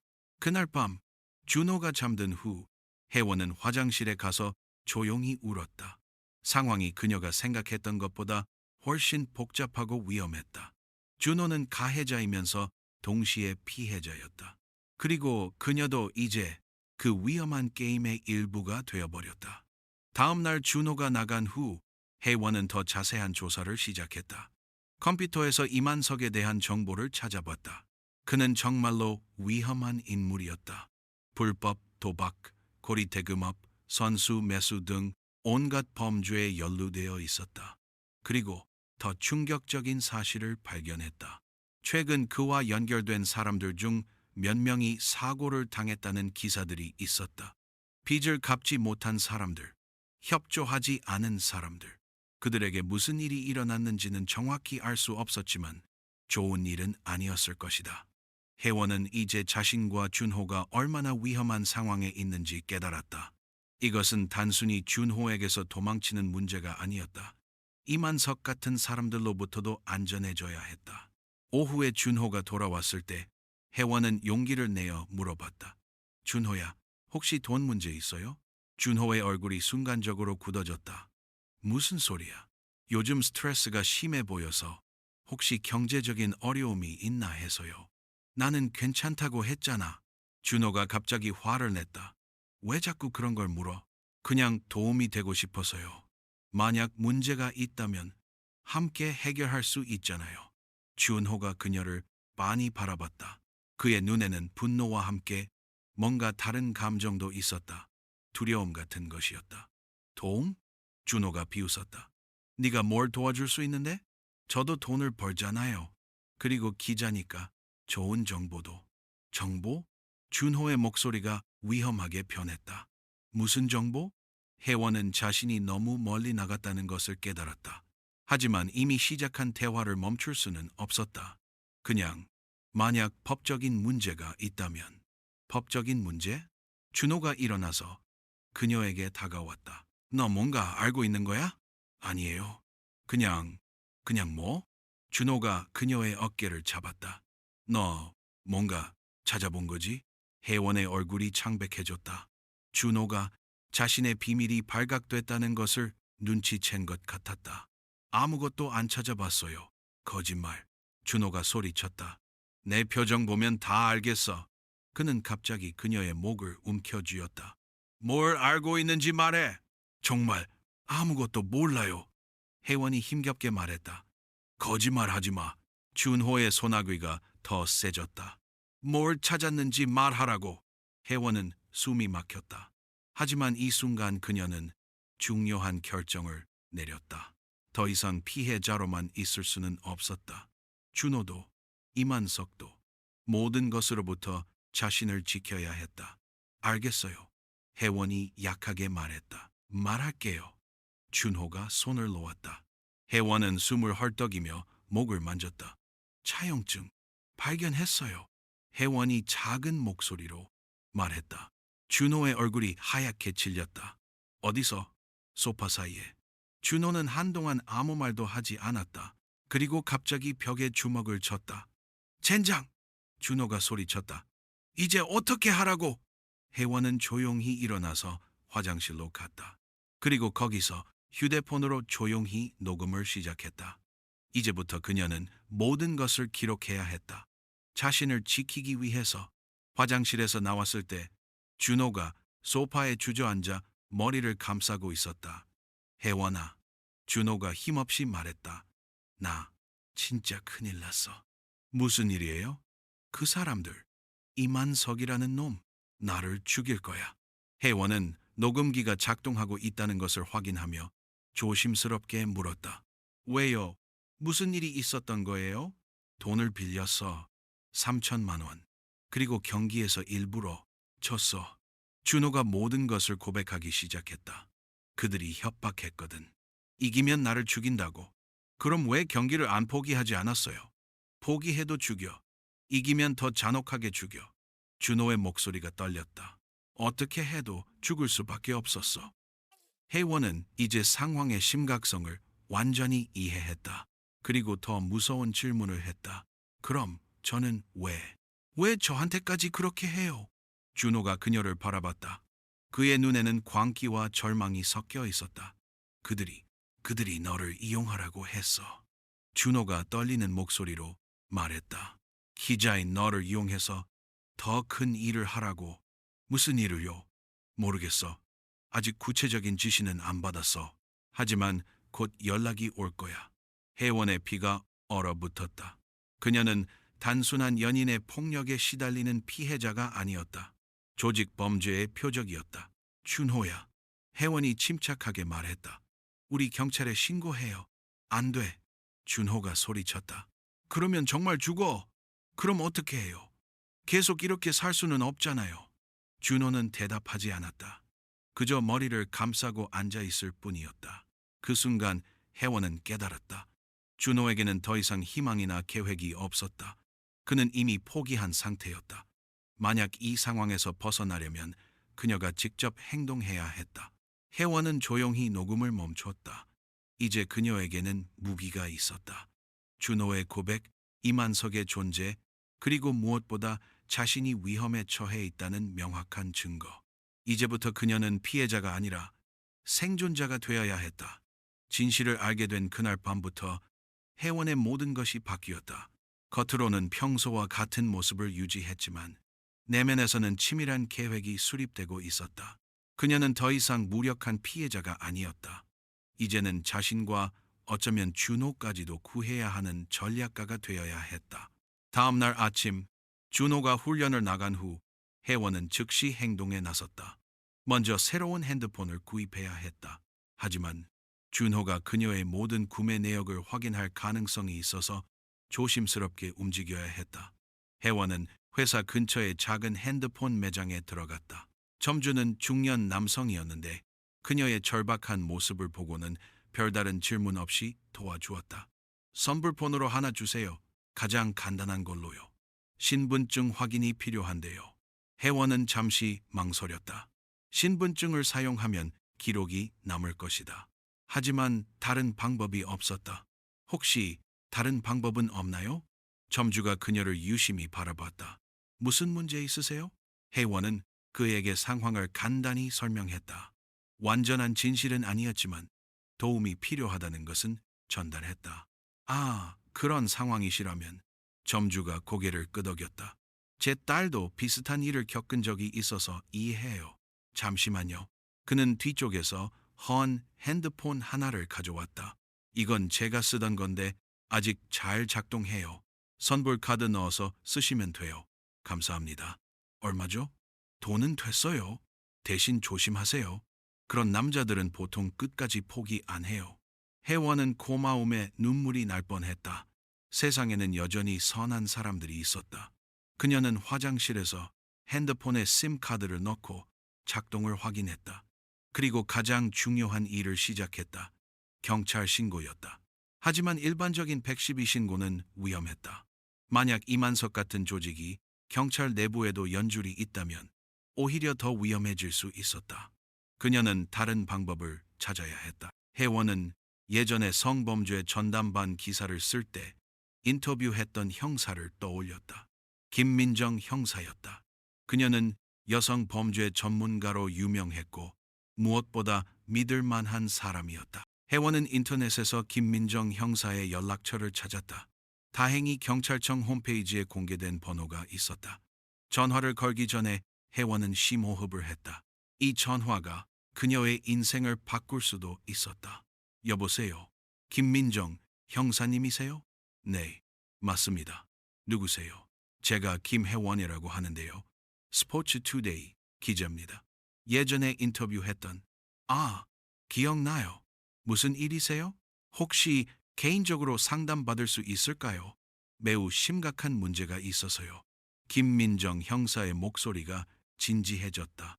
어떤 문제인지 간단히 말씀해 주세요. 혜원은 가능한 한 간결하게 상황을 설명했다. 준호의 폭력, 이만석과의 연관성, 그리고 자신이 위험에 처해 있다는 것까지. 이건 단순한 가정폭력 사건이 아니네요. 김민정이 말했다. 조직범죄가 연루되어 있다면 매우 신중하게 접근해야 해요. 혹시 증거가 있나요? 녹음 파일이 있어요. 준호가 모든 것을 고백한 내용이요. 좋아요. 그럼 내일 만날 수 있을까요? 안전한 장소에서요. 네, 가능해요. 그럼 내일 오후 2시에 강남구 도서관에서 만나요. 2층 열람실에서 기다리고 있을게요. 그리고 혜원 씨, 절대 혼자 행동하지 마세요. 위험해요. 전화를 끊은 후 혜원은 안도감을 느꼈다. 이제 혼자가 아니었다. 전문가의 도움을 받을 수 있었다. 하지만 더 어려운 일이 남아 있었다. 소영이와 연락을 취하는 것이었다. 준호가 그녀와의 연락을 완전히 차단했지만 혜원은 소영이의 도움이 필요했다. 혜원은 소영이의 회사 번호를 기억해내려고 노력했다. 다행히 기억이 났다. 소영이는 광고 회사에서 일했고 그 회사의 대표 번호는 몇 번 들어본 적이 있었다. 안녕하세요. 제이드 광고입니다. 안녕하세요. 이소영 과장님과 통화할 수 있을까요? 잠시만요. 연결해 드릴게요. 잠시 후 소영이의 목소리가 들렸다. 여보세요? 소영아, 나야. 혜원이. 혜원이? 어떻게? 너 연락이 완전히 안 됐는데. 지금 설명할 시간은 없고 혹시 오늘 저녁에 만날 수 있어? 물론이지. 무슨 일이야? 목소리가 이상한데. 만나서 얘기할게. 하지만 비밀로 해야 해. 준호한테는 절대 말하면 안 돼. 무슨 일인지 모르겠지만 알겠어. 어디서 만날까? 홍대 쪽으로 나올 수 있어? 사람들이 많은 곳에서. 좋아. 홍대 걷고 싶은 거리 스타벅스에서 8시에 만나자. 전화를 끊은 후 혜원은 준호에게 거짓말을 준비해야 했다. 오늘 저녁 늦는다고 해야 했다. 오후에 준호가 돌아왔을 때 혜원은 최대한 자연스럽게 말했다. 오늘 회사에서 긴급 회의가 있어서 좀 늦을 것 같아요. 준호의 눈빛이 즉시 날카로워졌다. 무슨 회의? 올림픽 관련 특별 기획 회의요. 갑자기 잡혔어요. 몇 시까지? 아마 9시 정도까지 걸릴 것 같아요. 준호는 한동안 그녀를 바라보더니 고개를 끄덕였다. 알겠어. 하지만 끝나는 대로 바로 연락해. 네, 그럴게요. 혜원은 회사에서 7시까지 기다렸다가 홍대로 향했다. 지하철을 타면서 계속 뒤를 돌아봤다. 혹시 준호가 따라오지는 않았을까 하는 불안감 때문이었다. 홍대역에 도착했을 때 혜원은 안도감을 느꼈다. 사람들이 많아서 상대적으로 안전하다고 느껴졌다. 스타벅스에 들어가니 소영이가 이미 와 있었다. 그녀를 본 순간 혜원은 거의 울 뻔했다. 한 달 만에 보는 친구였다. 혜원아, 소영이가 일어나서 그녀를 안았다. 정말 오랜만이다. 그런데 너 많이 마른 것 같은데?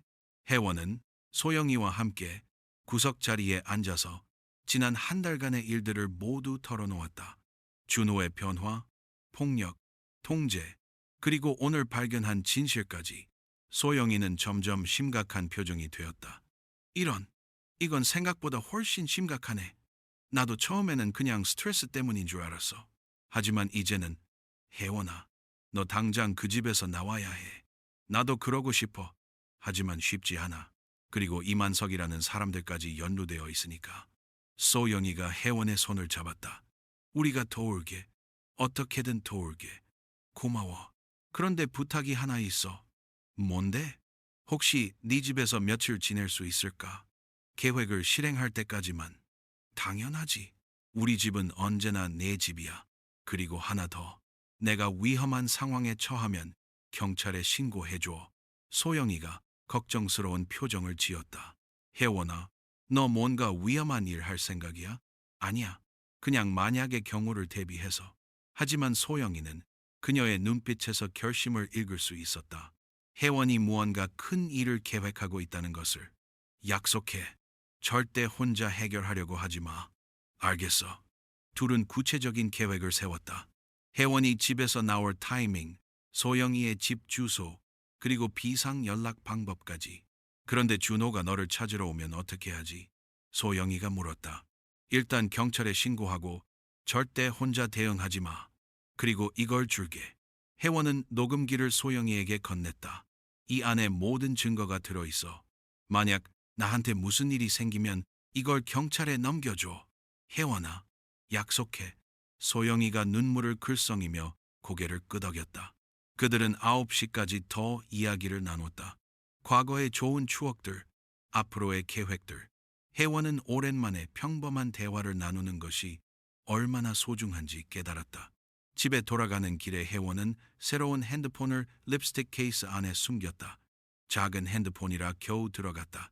이것이 그녀의 생명줄이었다. 집에 도착했을 때 준호가 거실에서 기다리고 있었다. 회의는 어땠어? 길었어요. 피곤해요. 뭘 결정했는데? 혜원은 미리 준비해둔 대답을 했다. 올림픽 특별 취재팀 구성하기로 했어요. 제가 팀장을 맡게 될 것 같아요. 준호의 표정이 복잡해졌다. 팀장? 그럼 더 바빠지겠네. 좀 그럴 것 같아요. 좋은 건지 나쁜 건지 모르겠네. 준호가 중얼거렸다. 그날 밤 혜원은 잠들기 전에 립스틱 케이스를 확인했다. 작은 핸드폰이 여전히 그 안에 안전하게 들어있었다. 내일 김민정 형사를 만나면 모든 것이 시작될 것이다. 다음 날 오전 준호가 훈련을 나간 후 혜원은 강남구 도서관으로 향했다. 지하철에서도 계속 주변을 살폈다. 혹시 미행당하고 있지는 않는지 확인하면서 도서관 2층 열람실에서 김민정 형사를 찾는 것은 어렵지 않았다. 그녀는 구석자리에 앉아서 책을 읽고 있었다. 형사님, 혜원 씨, 앉으세요. 김민정 형사는 예상보다 젊어 보였다. 하지만 그녀의 눈빛에는 경험에서 나오는 날카로움이 있었다. 녹음 파일 가져왔나요? 혜원은 작은 USB에 파일을 옮겨서 가져왔다. 김민정이 노트북으로 파일을 재생했다. 준호의 고백이 흘러나왔다. 이만석과의 거래, 경기 조작, 그리고 혜원을 이용하라는 지시까지. 이건 단순한 가정폭력이 아니라 조직범죄예요. 김민정이 말했다. 이만석은 우리가 오랫동안 추적하고 있던 인물이에요. 그럼 체포할 수 있나요? 증거가 더 필요해요. 이 녹음만으로는 부족해요. 그리고 혜원 씨 안전도 문제고요. 김민정은 구체적인 계획을 제시했다. 우리가 이만석을 체포하려면 현행범으로 잡아야 해요. 혜원 씨가 직접 그들과 접촉해서 범죄 현장을 만들어야 해요. 위험하지 않나요? 위험해요. 하지만 이게 가장 확실한 방법이에요. 물론 우리가 완벽하게 보호할 거예요. 혜원은 잠시 생각했다. 위험했지만 이것이 이 상황에서 벗어날 수 있는 유일한 방법인 것 같았다. 어떻게 하면 되나요? 준호를 통해서 이만석과 만나는 상황을 만들어야 해요. 혜원 씨가 기자로서 뭔가 도움을 줄 수 있다고 제안하는 거죠. 그럼 준호한테 말해야겠네요. 네. 하지만 조심해야 해요. 준호는 지금 매우 불안정한 상태예요. 자칫하면 폭발할 수 있어요. 김민정은 혜원에게 작은 발신기를 주었다. 이걸 항상 지니고 다니세요. 위험한 상황이 되면 이 버튼을 누르면 됩니다. 5분 안에 우리가 도착할 거예요. 혜원은 발신기를 받아서 브래지어 안쪽에 숨겼다. 이제 진짜로 위험한 게임이 시작되는 것이었다. 혜원 씨, 김민정이 마지막으로 말했다. 이번 일이 끝나면 준호도 처벌받을 수 있어요. 그래도 괜찮나요? 혜원은 잠시 망설였다. 준호도 피해자였다. 하지만 그가 그녀에게 한 일들을 생각하면 괜찮아요. 그것도 그가 선택한 길이니까요. 그날 오후 집에 돌아온 혜원은 마지막 준비를 했다. 중요한 물건들을 소영이 집으로 미리 옮겨두고 비상 계획을 최종 점검했다. 이제 준호와의 마지막 대화만 남아 있었다. 그리고 그 대화는 그들 둘 중 한 사람의 인생을 완전히 바꿔놓을 것이었다. 혜원은 거울을 보며 마지막으로 자신을 점검했다. 두려웠지만 결심은 확고했다. 더 이상 피해자로 살 수는 없었다. 이제는 자신의 인생을 되찾을 시간이었다. 그날 저녁, 혜원이 집에 돌아왔을 때 뭔가 분위기가 달랐다. 평소 같으면 거실에서 TV를 보고 있을 준호가 보이지 않았다. 집 안이 너무 조용했다. 준호야? 혜원이 조심스럽게 불렀다. 대답이 없었다. 혜원은 가방을 소파에 놓고 집 안을 둘러봤다. 주방도 침실도 아무도 없었다. 훈련하러 갔나? 혜원은 생각했다. 하지만 평소 같으면 어디 간다고 말하고 갔을 텐데 혜원은 안도감을 느꼈다. 준호가 없다면 마지막 준비를 할 수 있었다. 내일 김민정 형사와 최종 계획을 실행하기 전에 정리해야 할 것들이 있었다. 그녀는 립스틱 케이스에서 비밀 핸드폰을 꺼내서 소영이에게 문자를 보냈다. 내일부터 시작.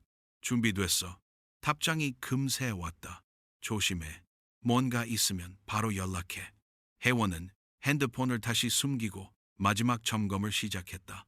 중요한 서류들은 이미 소영이 집으로 옮겼고 필요한 옷까지도 미리 빼놨다. 이제 정말 떠날 준비가 끝났다. 그때 열쇠 소리가 들렸다.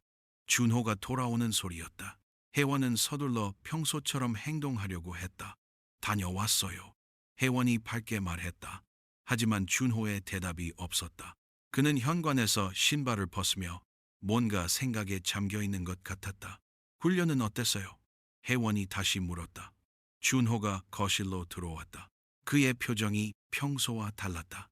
더 어둡고 의심스러운 눈빛이었다. 혜원아, 준호가 천천히 말했다. 너 오늘 어디 갔어? 회사에 있었어요. 왜요? 정말? 네, 당연히요. 준호가 한 발 가까이 다가왔다. 그럼 이건 뭐야? 그가 손에 들고 있는 것은 혜원이 어제 도서관에서 받은 영수증이었다. 분명히 쓰레기통에 버렸는데. 이게 뭐예요? 강남구 도서관 영수증. 어제 오후 2시에 발급된 거야. 혜원의 심장이 빨라졌다. 아, 그거. 취재 관련해서 자료를 찾으러 갔었어요. 무슨 자료? 올림픽 관련 자료요. 준호의 눈이 더욱 날카로워졌다. 올림픽 자료가 도서관에 있어? 인터넷에 다 있는데? 좀 더 자세한 자료가 필요해서요. 거짓말. 준호가 단호하게 말했다. 너 거짓말하고 있어? 무슨 소리예요? 왜 거짓말을 해요? 그럼 도서관에서 뭘 했는지 정확히 말해봐. 누구를 만났어? 혜원은 당황했다. 어떻게 대답해야 할지 몰랐다. 거짓말을 더하면 들킬 수 있었고, 진실을 말하면 모든 계획이 망가질 수 있었다. 정말 자료 찾으러 간 거예요. 또 거짓말. 준호가 소리쳤다. 너 요즘 이상해. 뭔가 숨기고 있어. 아무것도 안 숨겼어요. 준호가 갑자기 그녀의 가방을 뺏었다. 그럼 이 안에 뭐가 있는지 봐도 되겠네. 왜 제 가방을 뒤져요? 숨길 게 없으면 상관없잖아. 준호가 가방을 뒤지기 시작했다. 다행히 비밀 핸드폰은 립스틱 케이스에 숨겨져 있었지만 다른 것들이 발견될 수 있었다. 이건 뭐야? 준호가 작은 종이 조각을 발견했다. 김민정 형사가 준 명함이었다. 혜원의 얼굴이 창백해졌다. 김민정 형사? 준호가 명함을 읽으며 말했다. 왜 형사 명함이 있어? 예전에 인터뷰했을 때 받은 거예요. 언제? 작년에요. 작년에 받은. 명함이 왜 이렇게 깨끗해? 준호의 목소리가 위험하게 변했다. 혜원은 더 이상 변명할 수 없었다. 준호가 모든 것을 의심하고 있었다. 대답해. 준호가 그녀의 어깨를 세게 잡았다. 왜 형사를 만났어? 안 만났어요. 거짓말하지 마. 준호가 그녀를 흔들었다. 뭘 말했어? 나에 대해서 뭘 말했어? 아무것도 안 말했어요. 신고했지. 나를 신고했어. 준호의 목소리가 광적으로 변했다. 아니에요. 준호가 갑자기 그녀를 벽으로 밀쳤다. 혜원의 등이 벽에 부딪히며 아픈 소리가 났다. 인연이 나를 배신했어. 준호가 소리쳤다. 배신이 아니에요. 그럼 뭐야? 경찰한테 가서 뭐라고 했어? 준호의 손이 혜원의 목에 올라왔다. 내가 널 때린다고? 협박한다고? 그렇게 말했어? 숨을 못 쉬어요. 하지만 준호는 놓지 않았다. 대답해. 뭐라고 말했어? 혜원은 숨이 막혔다. 이대로 가면 정말 위험할 것 같았다. 그녀는 발신기 버튼을 누르려고 했지만 준호의 손에 막혀서 움직일 수 없었다. 이만석, 얘기했지. 준호가 갑자기 말했다. 그것도 말했어? 혜원의 눈이 커졌다. 어떻게 알았을까? 역시 준호가 그녀를 놓으며 비웃었다. 다 말했구나. 혜원은 바닥에 주저앉아 숨을 헐떡였다. 이제 어떻게 하라고? 준호가 머리를 감싸며 소리쳤다. 그 사람들이 알면 우리 둘 다 죽어. 그러니까 경찰에 신고해요. 신고? 준호가 그녀를 노려봤다. 너 때문에 이미 다 망가졌어. 그는 갑자기 거실의 꽃병을 집어서 벽에 던졌다. 꽃병이 산산조각 나며 큰 소리가 났다. 너 때문이야. 다 너 때문이야. 준호가 계속 소리쳤다. 혜원은 일어나서 문 쪽으로 움직이려고 했다. 하지만 준호가 그녀의 팔을 잡았다. 어디 가려고? 집에서 나갈래요? 안 돼. 준호가 그녀를 다시 안쪽으로 끌었다. 넌 아무데도 못 가. 놓아주세요. 넌 이미 너무 많이 알아. 이제 가면 안 돼. 준호가 그녀를 소파로 밀어버렸다. 혜원은 넘어지면서 무릎을 다쳤다. 아파요. 아픈 건 나야. 준호가 그녀에게 다가오며 말했다. 너 때문에 모든 게 망가졌어. 혜원은 일어나려고 했지만 준호가 그녀 앞에 서서 막고 있었다. 이제 어떻게 하지? 준호가 중얼거렸다. 이만석한테 뭐라고 말하지? 모르겠어요. 저도 무서워요. 무서워? 준호가 비웃었다.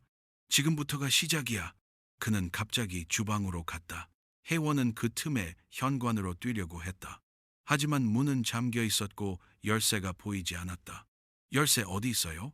혜원이 소리쳤다. 찾지 마. 준호가 주방에서 나오며 말했다. 그의 손에는 부엌 칼이 들려 있었다. 혜원의 피가 얼어붙었다. 뭐 하려고요? 아직 모르겠어. 준호가 칼을 바라보며 말했다. 하지만 너는 아무데도 못 가. 제발, 진정해요. 진정? 준호가 그녀에게 한 발 다가왔다. 내가 어떻게 진정해? 혜원은 뒤로 물러났다. 하지만 벽에 막혀서 더 이상 갈 곳이 없었다. 준호야, 우리 얘기해요. 얘기? 준호가 칼을 들어 올렸다. 이제 얘기할 시간은 끝났어. 그 순간 혜원은 깨달았다. 이것은 더 이상 협상할 수 있는 상황이 아니었다. 준호는 완전히 이성을 잃었고 정말로 위험한 일을 할 수 있었다. 혜원은 브레지오 안의 발신기를 찾으려고 했다. 하지만 준호가 너무 가까이 있어서 움직일 수 없었다. 누군가 도와줘. 혜원은 속으로 기도했다. 제발. 준호가 칼을 들고 한 발 더 다가왔다. 이제 정말로 마지막 순간이 다가오고 있었다. 준호가 칼을 들고 다가오는 그 순간 혜원의 머릿속에서 시간이 느려지는 것 같았다. 그녀는 모든 것을 포기하고 싶었지만 동시에 살고 싶다는 강렬한 욕구가 솟아올랐다. 준호야. 혜원이 최대한 침착하게 말했다. 칼 내려놔요. 늦었어. 준호의 목소리는 이미 자포자기였다. 이미 다 끝났어. 아직 안 끝났어요. 우리가 함께 해결할 수 있어요. 함께?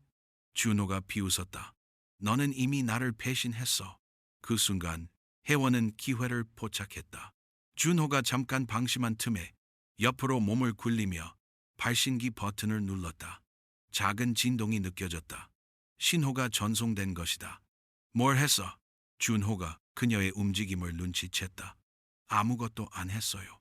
하지만 준호는 그녀가 뭔가 했다는 것을 직감했다. 그는 더욱 흥분해서 칼을 휘둘렀다. 또 뭔가 꾸몄지. 경찰을 불렀어? 아니에요. 거짓말. 준호가 소파의 쿠션을 칼로 찢기 시작했다. 다 거짓말이야. 혜원은 그 틈에 거실 반대편으로 이동했다. 현관문은 잠겨 있었지만 베란다 쪽 유리문이 있었다. 하지만 6층이라 뛰어내릴 수는 없었다. 어디 가려고? 준호가 그녀를 따라왔다. 준호야, 정말 마지막으로 얘기해요. 혜원이 간절히 말했다. 이렇게 하면 당신도 더 큰 문제에 빠져요. 이미 큰 문제야. 준호가 소리쳤다. 이만석이 알면 우리 둘 다 죽는다고. 그러니까 경찰의 도움을 받아야 해요. 경찰? 준호가 웃었다.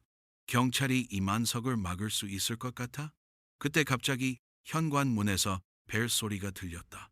혜원의 심장이 뛰었다. 5분이 지나지 않았는데 벌써 경찰이 온 것일까?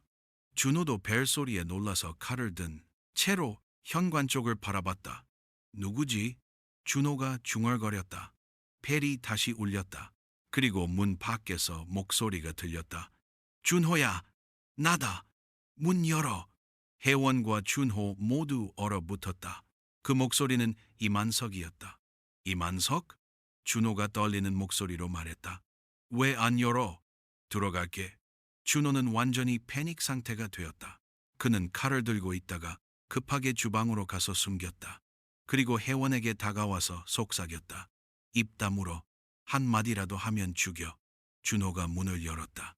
이만석이 2명의 부하와 함께 들어왔다. 그는 50대 중반의 건장한 남자였고 눈빛에는 냉혹함이 가득했다. 어서 와요. 준호가 억지로 미소를 지었다. 분위기가 이상하네. 이만석이 거실을 둘러보며 말했다. 뭔가 있었나? 아니에요. 아무것도 없었어요. 이만석의 시선이 혜원에게 향했다. 이 여자가 그 기자구나. 네. 제 여자친구 김혜원입니다. 안녕하세요. 혜원이 떨리는 목소리로 말했다. 이만석이 그녀를 위아래로 훑어봤다. 소문대로 예쁘네. 기자라고? 네. 어떤 분야 기자? 스포츠 기자입니다. 좋아. 이만석이 소파에 앉으며 말했다. 그럼 이제 일 얘기를 해볼까? 준호가 긴장한 표정으로 그 옆에 앉았다. 무슨 일이세요? 너는 이미 들었을 거야. 이제 2단계야. 이만석이 혜원을 바라보며 말했다. 이 여자를 이용할 시간이 됐어. 무슨 뜻이세요? 혜원이 물었다. 기자니까 여러 사람들을 아는 거지? 선수들, 관계자들. 혜원은 그의 의도를 눈치챘다. 그들은 그녀를 이용해서 더 큰 범죄를 저지르려고 했다. 저는 그런 일 못해요. 이만석의 표정이 순간적으로 차갑게 변했다. 못한다고? 네, 저는 기자로서 윤리가 있어요. 윤리? 이만석이 웃었다. 여기서 윤리 얘기를 해? 그는 부하 중 한 명에게 눈짓했다. 부하가 재킷에서 권총을 꺼냈다. 선택권은 간단해. 이만석이 말했다. 도와주면 살고 거부하면 죽어. 혜원은 총을 보며 온몸이 떨렸다. 하지만 포기할 수는 없었다. 저는 범죄에 가담할 수 없어요. 범죄? 이만석이 일어서서 그녀에게 다가왔다. 이건 생존이야. 그때 갑자기 현관문이 크게 열렸다. 경찰이다. 모두 손들어. 김민정 형사와 여러 명의 경찰들이 총을 들고 들어왔다. 발신기 신호를 받고 온 것이었다. 이만석, 체포한다. 이만석의 부하가 총을 들려고 했지만 경찰들이 더 빨랐다. 순식간에 상황이 정리되었다. 혜원 씨, 괜찮아요? 김민정이 다가오며 물었다. 네, 괜찮아요. 하지만 준호가 갑자기 주방으로 뛰어갔다. 그는 칼을 다시 집어들고 혜원에게 달려들었다. 다 너 때문이야. 준호가 소리쳤다. 혜원은 반사적으로 옆으로 피했다. 준호의 칼이 벽에 박혔다. 준호야, 그만해. 혜원이 소리쳤다. 하지만 준호는 이미 완전히 이성을 잃었다. 그는 다시 칼을 뽑아서 혜원을 향해 왔다. 그 순간 혜원은 결심했다. 더 이상 피해자로 있을 수는 없었다. 그녀는 바닥에 떨어진 꽃병 조각을 집어들었다. 가까이 오지 마! 혜원이 조각을 들며 말했다. 너 때문에 모든 게 망가졌어! 준호가 칼을 휘둘렀다. 혜원은 꽃병 조각으로 준호의 손목을 찔렀다. 준호가 아픔에 칼을 떨어뜨렸다. 아! 준호가 손목을 잡으며 비틀거렸다. 경찰들이 즉시 준호를 제압했다. 박준호, 폭행 및 협박 혐의로 체포한다. 준호는 수갑을 차고도 혜원을 노려봤다. 이게 끝이 아니야. 너도 알잖아. 이들은 감옥에서도 나올 수 있어. 하지만 김민정이 미소를 지었다. 걱정 마세요. 이번에는 확실히 끝나요. 무슨 뜻이에요? 이만석과의 통화 내용, 거래 과정, 모든 것이 녹음되었어요. 이번에는 빠져나갈 구멍이 없어요. 혜원은 그제야 안도의 한숨을 쉬었다. 정말로 끝난 것이었다. 이만석이 끌려나가면서 혜원을 쳐다봤다. 이게 끝이라고 생각하지 마. 하지만 김민정이 단호하게 말했다. 끝이에요. 당신은 오랫동안 햇빛을 못 볼 거예요. 준호도 경찰들에게 끌려나갔다. 그는 마지막까지 혜원을 원망스럽게 바라봤다. 하지만 혜원은 더 이상 그에게 미안함을 느끼지 않았다. 그는 자신의 선택에 대한 대가를 치르는 것이었다. 혜원 씨, 김민정이 다가와서 말했다. 정말 용감했어요. 무서웠어요. 하지만 해야 할 일이었어요. 이제 진짜로 자유예요. 혜원은 창문 밖을 바라봤다. 밤이었지만 하늘이 이상하게 밝아 보였다. 정말로 자유였다. 더 이상 누구도 그녀를 통제할 수 없었다. 그녀는 브래지어에서 발신기를 꺼내서 김민정에게 건넸다. 이제 필요 없어요. 고생 많았어요. 혜원은 처음으로 진심으로 웃을 수 있었다. 긴 악몽이 끝났다. 그리고 새로운 삶이 시작되는 것이었다. 6개월 후 서울의 가을 햇살이 스포츠 투데이 편집실 창문으로 부드럽게 들어왔다. 혜원은 자신의 책상에 앉아서 새로 완성한 기사를 다시 한번 검토하고 있었다. 제목은 침묵을 깨고 스포츠계 가정폭력의 실상과 대처법이었다. 이 기사는 혜원에게 특별한 의미가 있었다. 그녀가 직접 겪은 일을 바탕으로, 하지만 객관적이고 전문적인 시각으로 쓴 첫 번째 기사였다. 지난 6개월 동안 그녀는 심리 치료를 받으며 천천히 회복해왔고, 이제야 그 경험을 다른 사람들을 돕는 데 사용할 준비가 되었다. 혜원 씨, 기사 잘 봤어요. 편집장이 다가와서 말했다. 정말 훌륭해요. 많은 사람들에게 도움이 될 것 같아요. 감사합니다. 혜원이 미소를 지었다. 쉽지 않았지만 써야 할 이야기라고 생각했어요. 편집장은 몇 달 전 혜원이 겪은 일을 알고 있었다. 사건 이후 그는 혜원에게 충분한 휴가를 주었고, 복귀 후에도 그녀가 원하는 주제로 글을 쓸 수 있도록 배려해 주었다. 오늘 재판 결과 나왔다면서요? 편집장이 조심스럽게 물었다. 네, 이만석은 15년, 준호는 3년입니다. 준호의 재판은 복잡했다. 그는 분명히 혜원에게 폭력을 행사했지만 동시에 이만석의 협박에 의한 피해자이기도 했다. 법원은 이 모든 것을 고려해서 비교적 가벼운 형을 선고했다.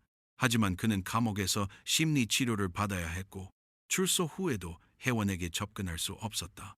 복잡한 심정이겠어요. 편집장이 말했다. 처음에는 그랬어요. 하지만 이제는 괜찮아요. 혜원이 창밖을 바라보며 말했다. 그도 자신의 선택에 대한 결과를 받아들여야 해요. 실제로 혜원은 준호에 대해 복잡한 감정을 가지고 있었다. 분노도 있었고 연민도 있었다. 하지만 무엇보다도 그녀는 이제 그에게서 자유로웠다는 것에 감사했다. 오후에 혜원은 강남의 한 카페에서 특별한 만남을 가졌다. 가정폭력 생존자들의 모임이었다. 김민정 형사가 소개해준 단체였고, 혜원은 한 달에 한 번씩 이 모임에 참석하고 있었다. 오늘 새로 오신 분이 있어요.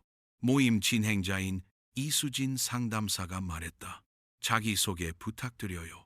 안녕하세요. 저는 정미라고 해요. 20대. 후반으로 보이는 여성이 떨리는 목소리로 말했다. 남자친구 때문에 여기 오게 됐어요. 혜원은 그녀의 모습에서 몇 개월 전 자신의 모습을 보았다.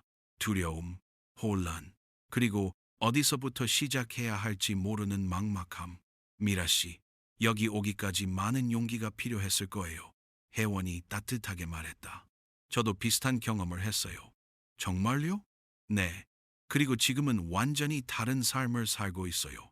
혜원은 자신의 이야기를 간단히 들려주었다. 물론 모든 세부 사항을 다 말하지는 않았지만 희망의 메시지는 분명히 전달했다. 정말 괜찮아질 수 있나요? 미라가 눈물을 글썽이며 물었다. 괜찮아질 수 있어요. 하지만 시간이 걸려요. 그리고 도움을 받아야 해요. 혜원이 그녀의 손을 잡으며 말했다. 혼자서는 힘들어요. 모임이 끝난 후 혜원은 이수진 상담사와 잠시 대화를 나눴다. 혜원 씨가 모임에 참석하면서 다른 분들에게 정말 큰 힘이 되고 있어요. 이수진이 말했다. 저도 많이 배우고 있어요. 제가 혼자가 아니라는 걸 느끼게 해줘요. 회복의 과정은 어때요? 좋아지고 있어요. 물론 가끔씩 힘들 때도 있지만 예전처럼 무력하지는 않아요. 실제로 혜원의 회복 과정은 순탄하지만은 않았다. 처음 몇 달은 악몽에 시달렸고 남자들을 보면 불안해했다. 하지만 꾸준한 상담과 친구들의 지지, 그리고 무엇보다 자신의 의지로 조금씩 나아지고 있었다. 저녁에 혜원은 소영이와 만났다. 그들의 우정은 이전보다 더 깊어졌다. 소영이는 혜원이 가장 힘들었을 때 곁에 있어 주었고 지금도 변함없는 지지를 보내주고 있었다. 요즘 표정이 정말 밝아졌다. 소영이가 말했다. 예전에 혜원이 돌아온 것 같아. 고마워. 네가 있어서 가능했어. 무슨 소리야. 다 네가 한 거지. 그들은 홍대의 작은 레스토랑에서 저녁을 먹으며 일상적인 이야기들을 나누었다. 영화, 책, 여행 계획, 평범하지만 소중한 대화들이었다. 그런데 요즘 새로운 사람은 안 만나? 소영이가 조심스럽게 물었다. 혜원이 잠시 생각했다. 아직은 아니야. 아직 준비가 안 된 것 같아. 서두를 필요 없어. 네가 원할 때까지 기다리면 돼. 하지만 언젠가는 다시 사랑할 수 있을 거라고 생각해. 혜원이 웃으며 말했다. 이번 일 때문에 사랑 자체를 포기하고 싶지는 않아. 그날 밤 집에 돌아온 혜원은 자신의 새 아파트를 둘러봤다. 작지만 온전히 자신만의 공간이었다. 준호와 함께 살던 집은 사건 이후 즉시 떠났고 소영이 집에서 한 달 정도 머물다가 지금의 집으로 이사했다.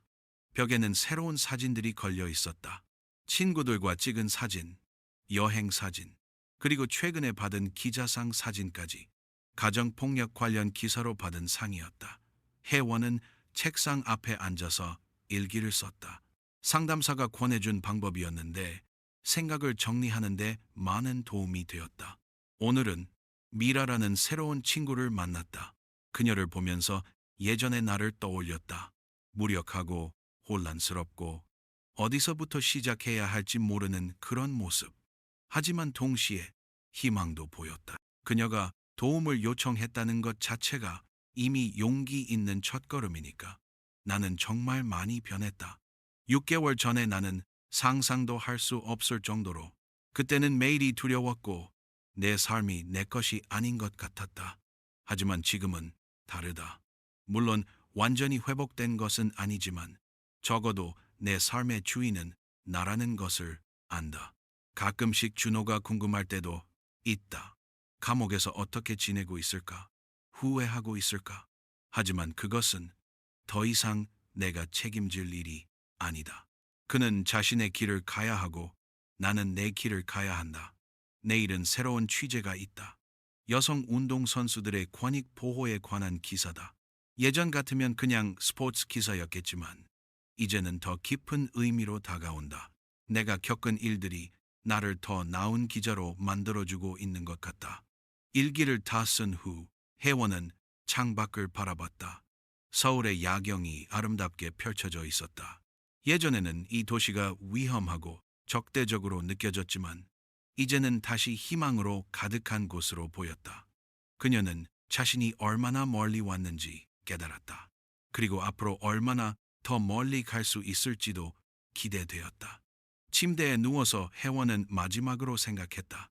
사랑이 항상 아름다운 것은 아니라는 것을. 때로는 사랑이라는 이름으로 상처를 주고받기도 한다는 것을.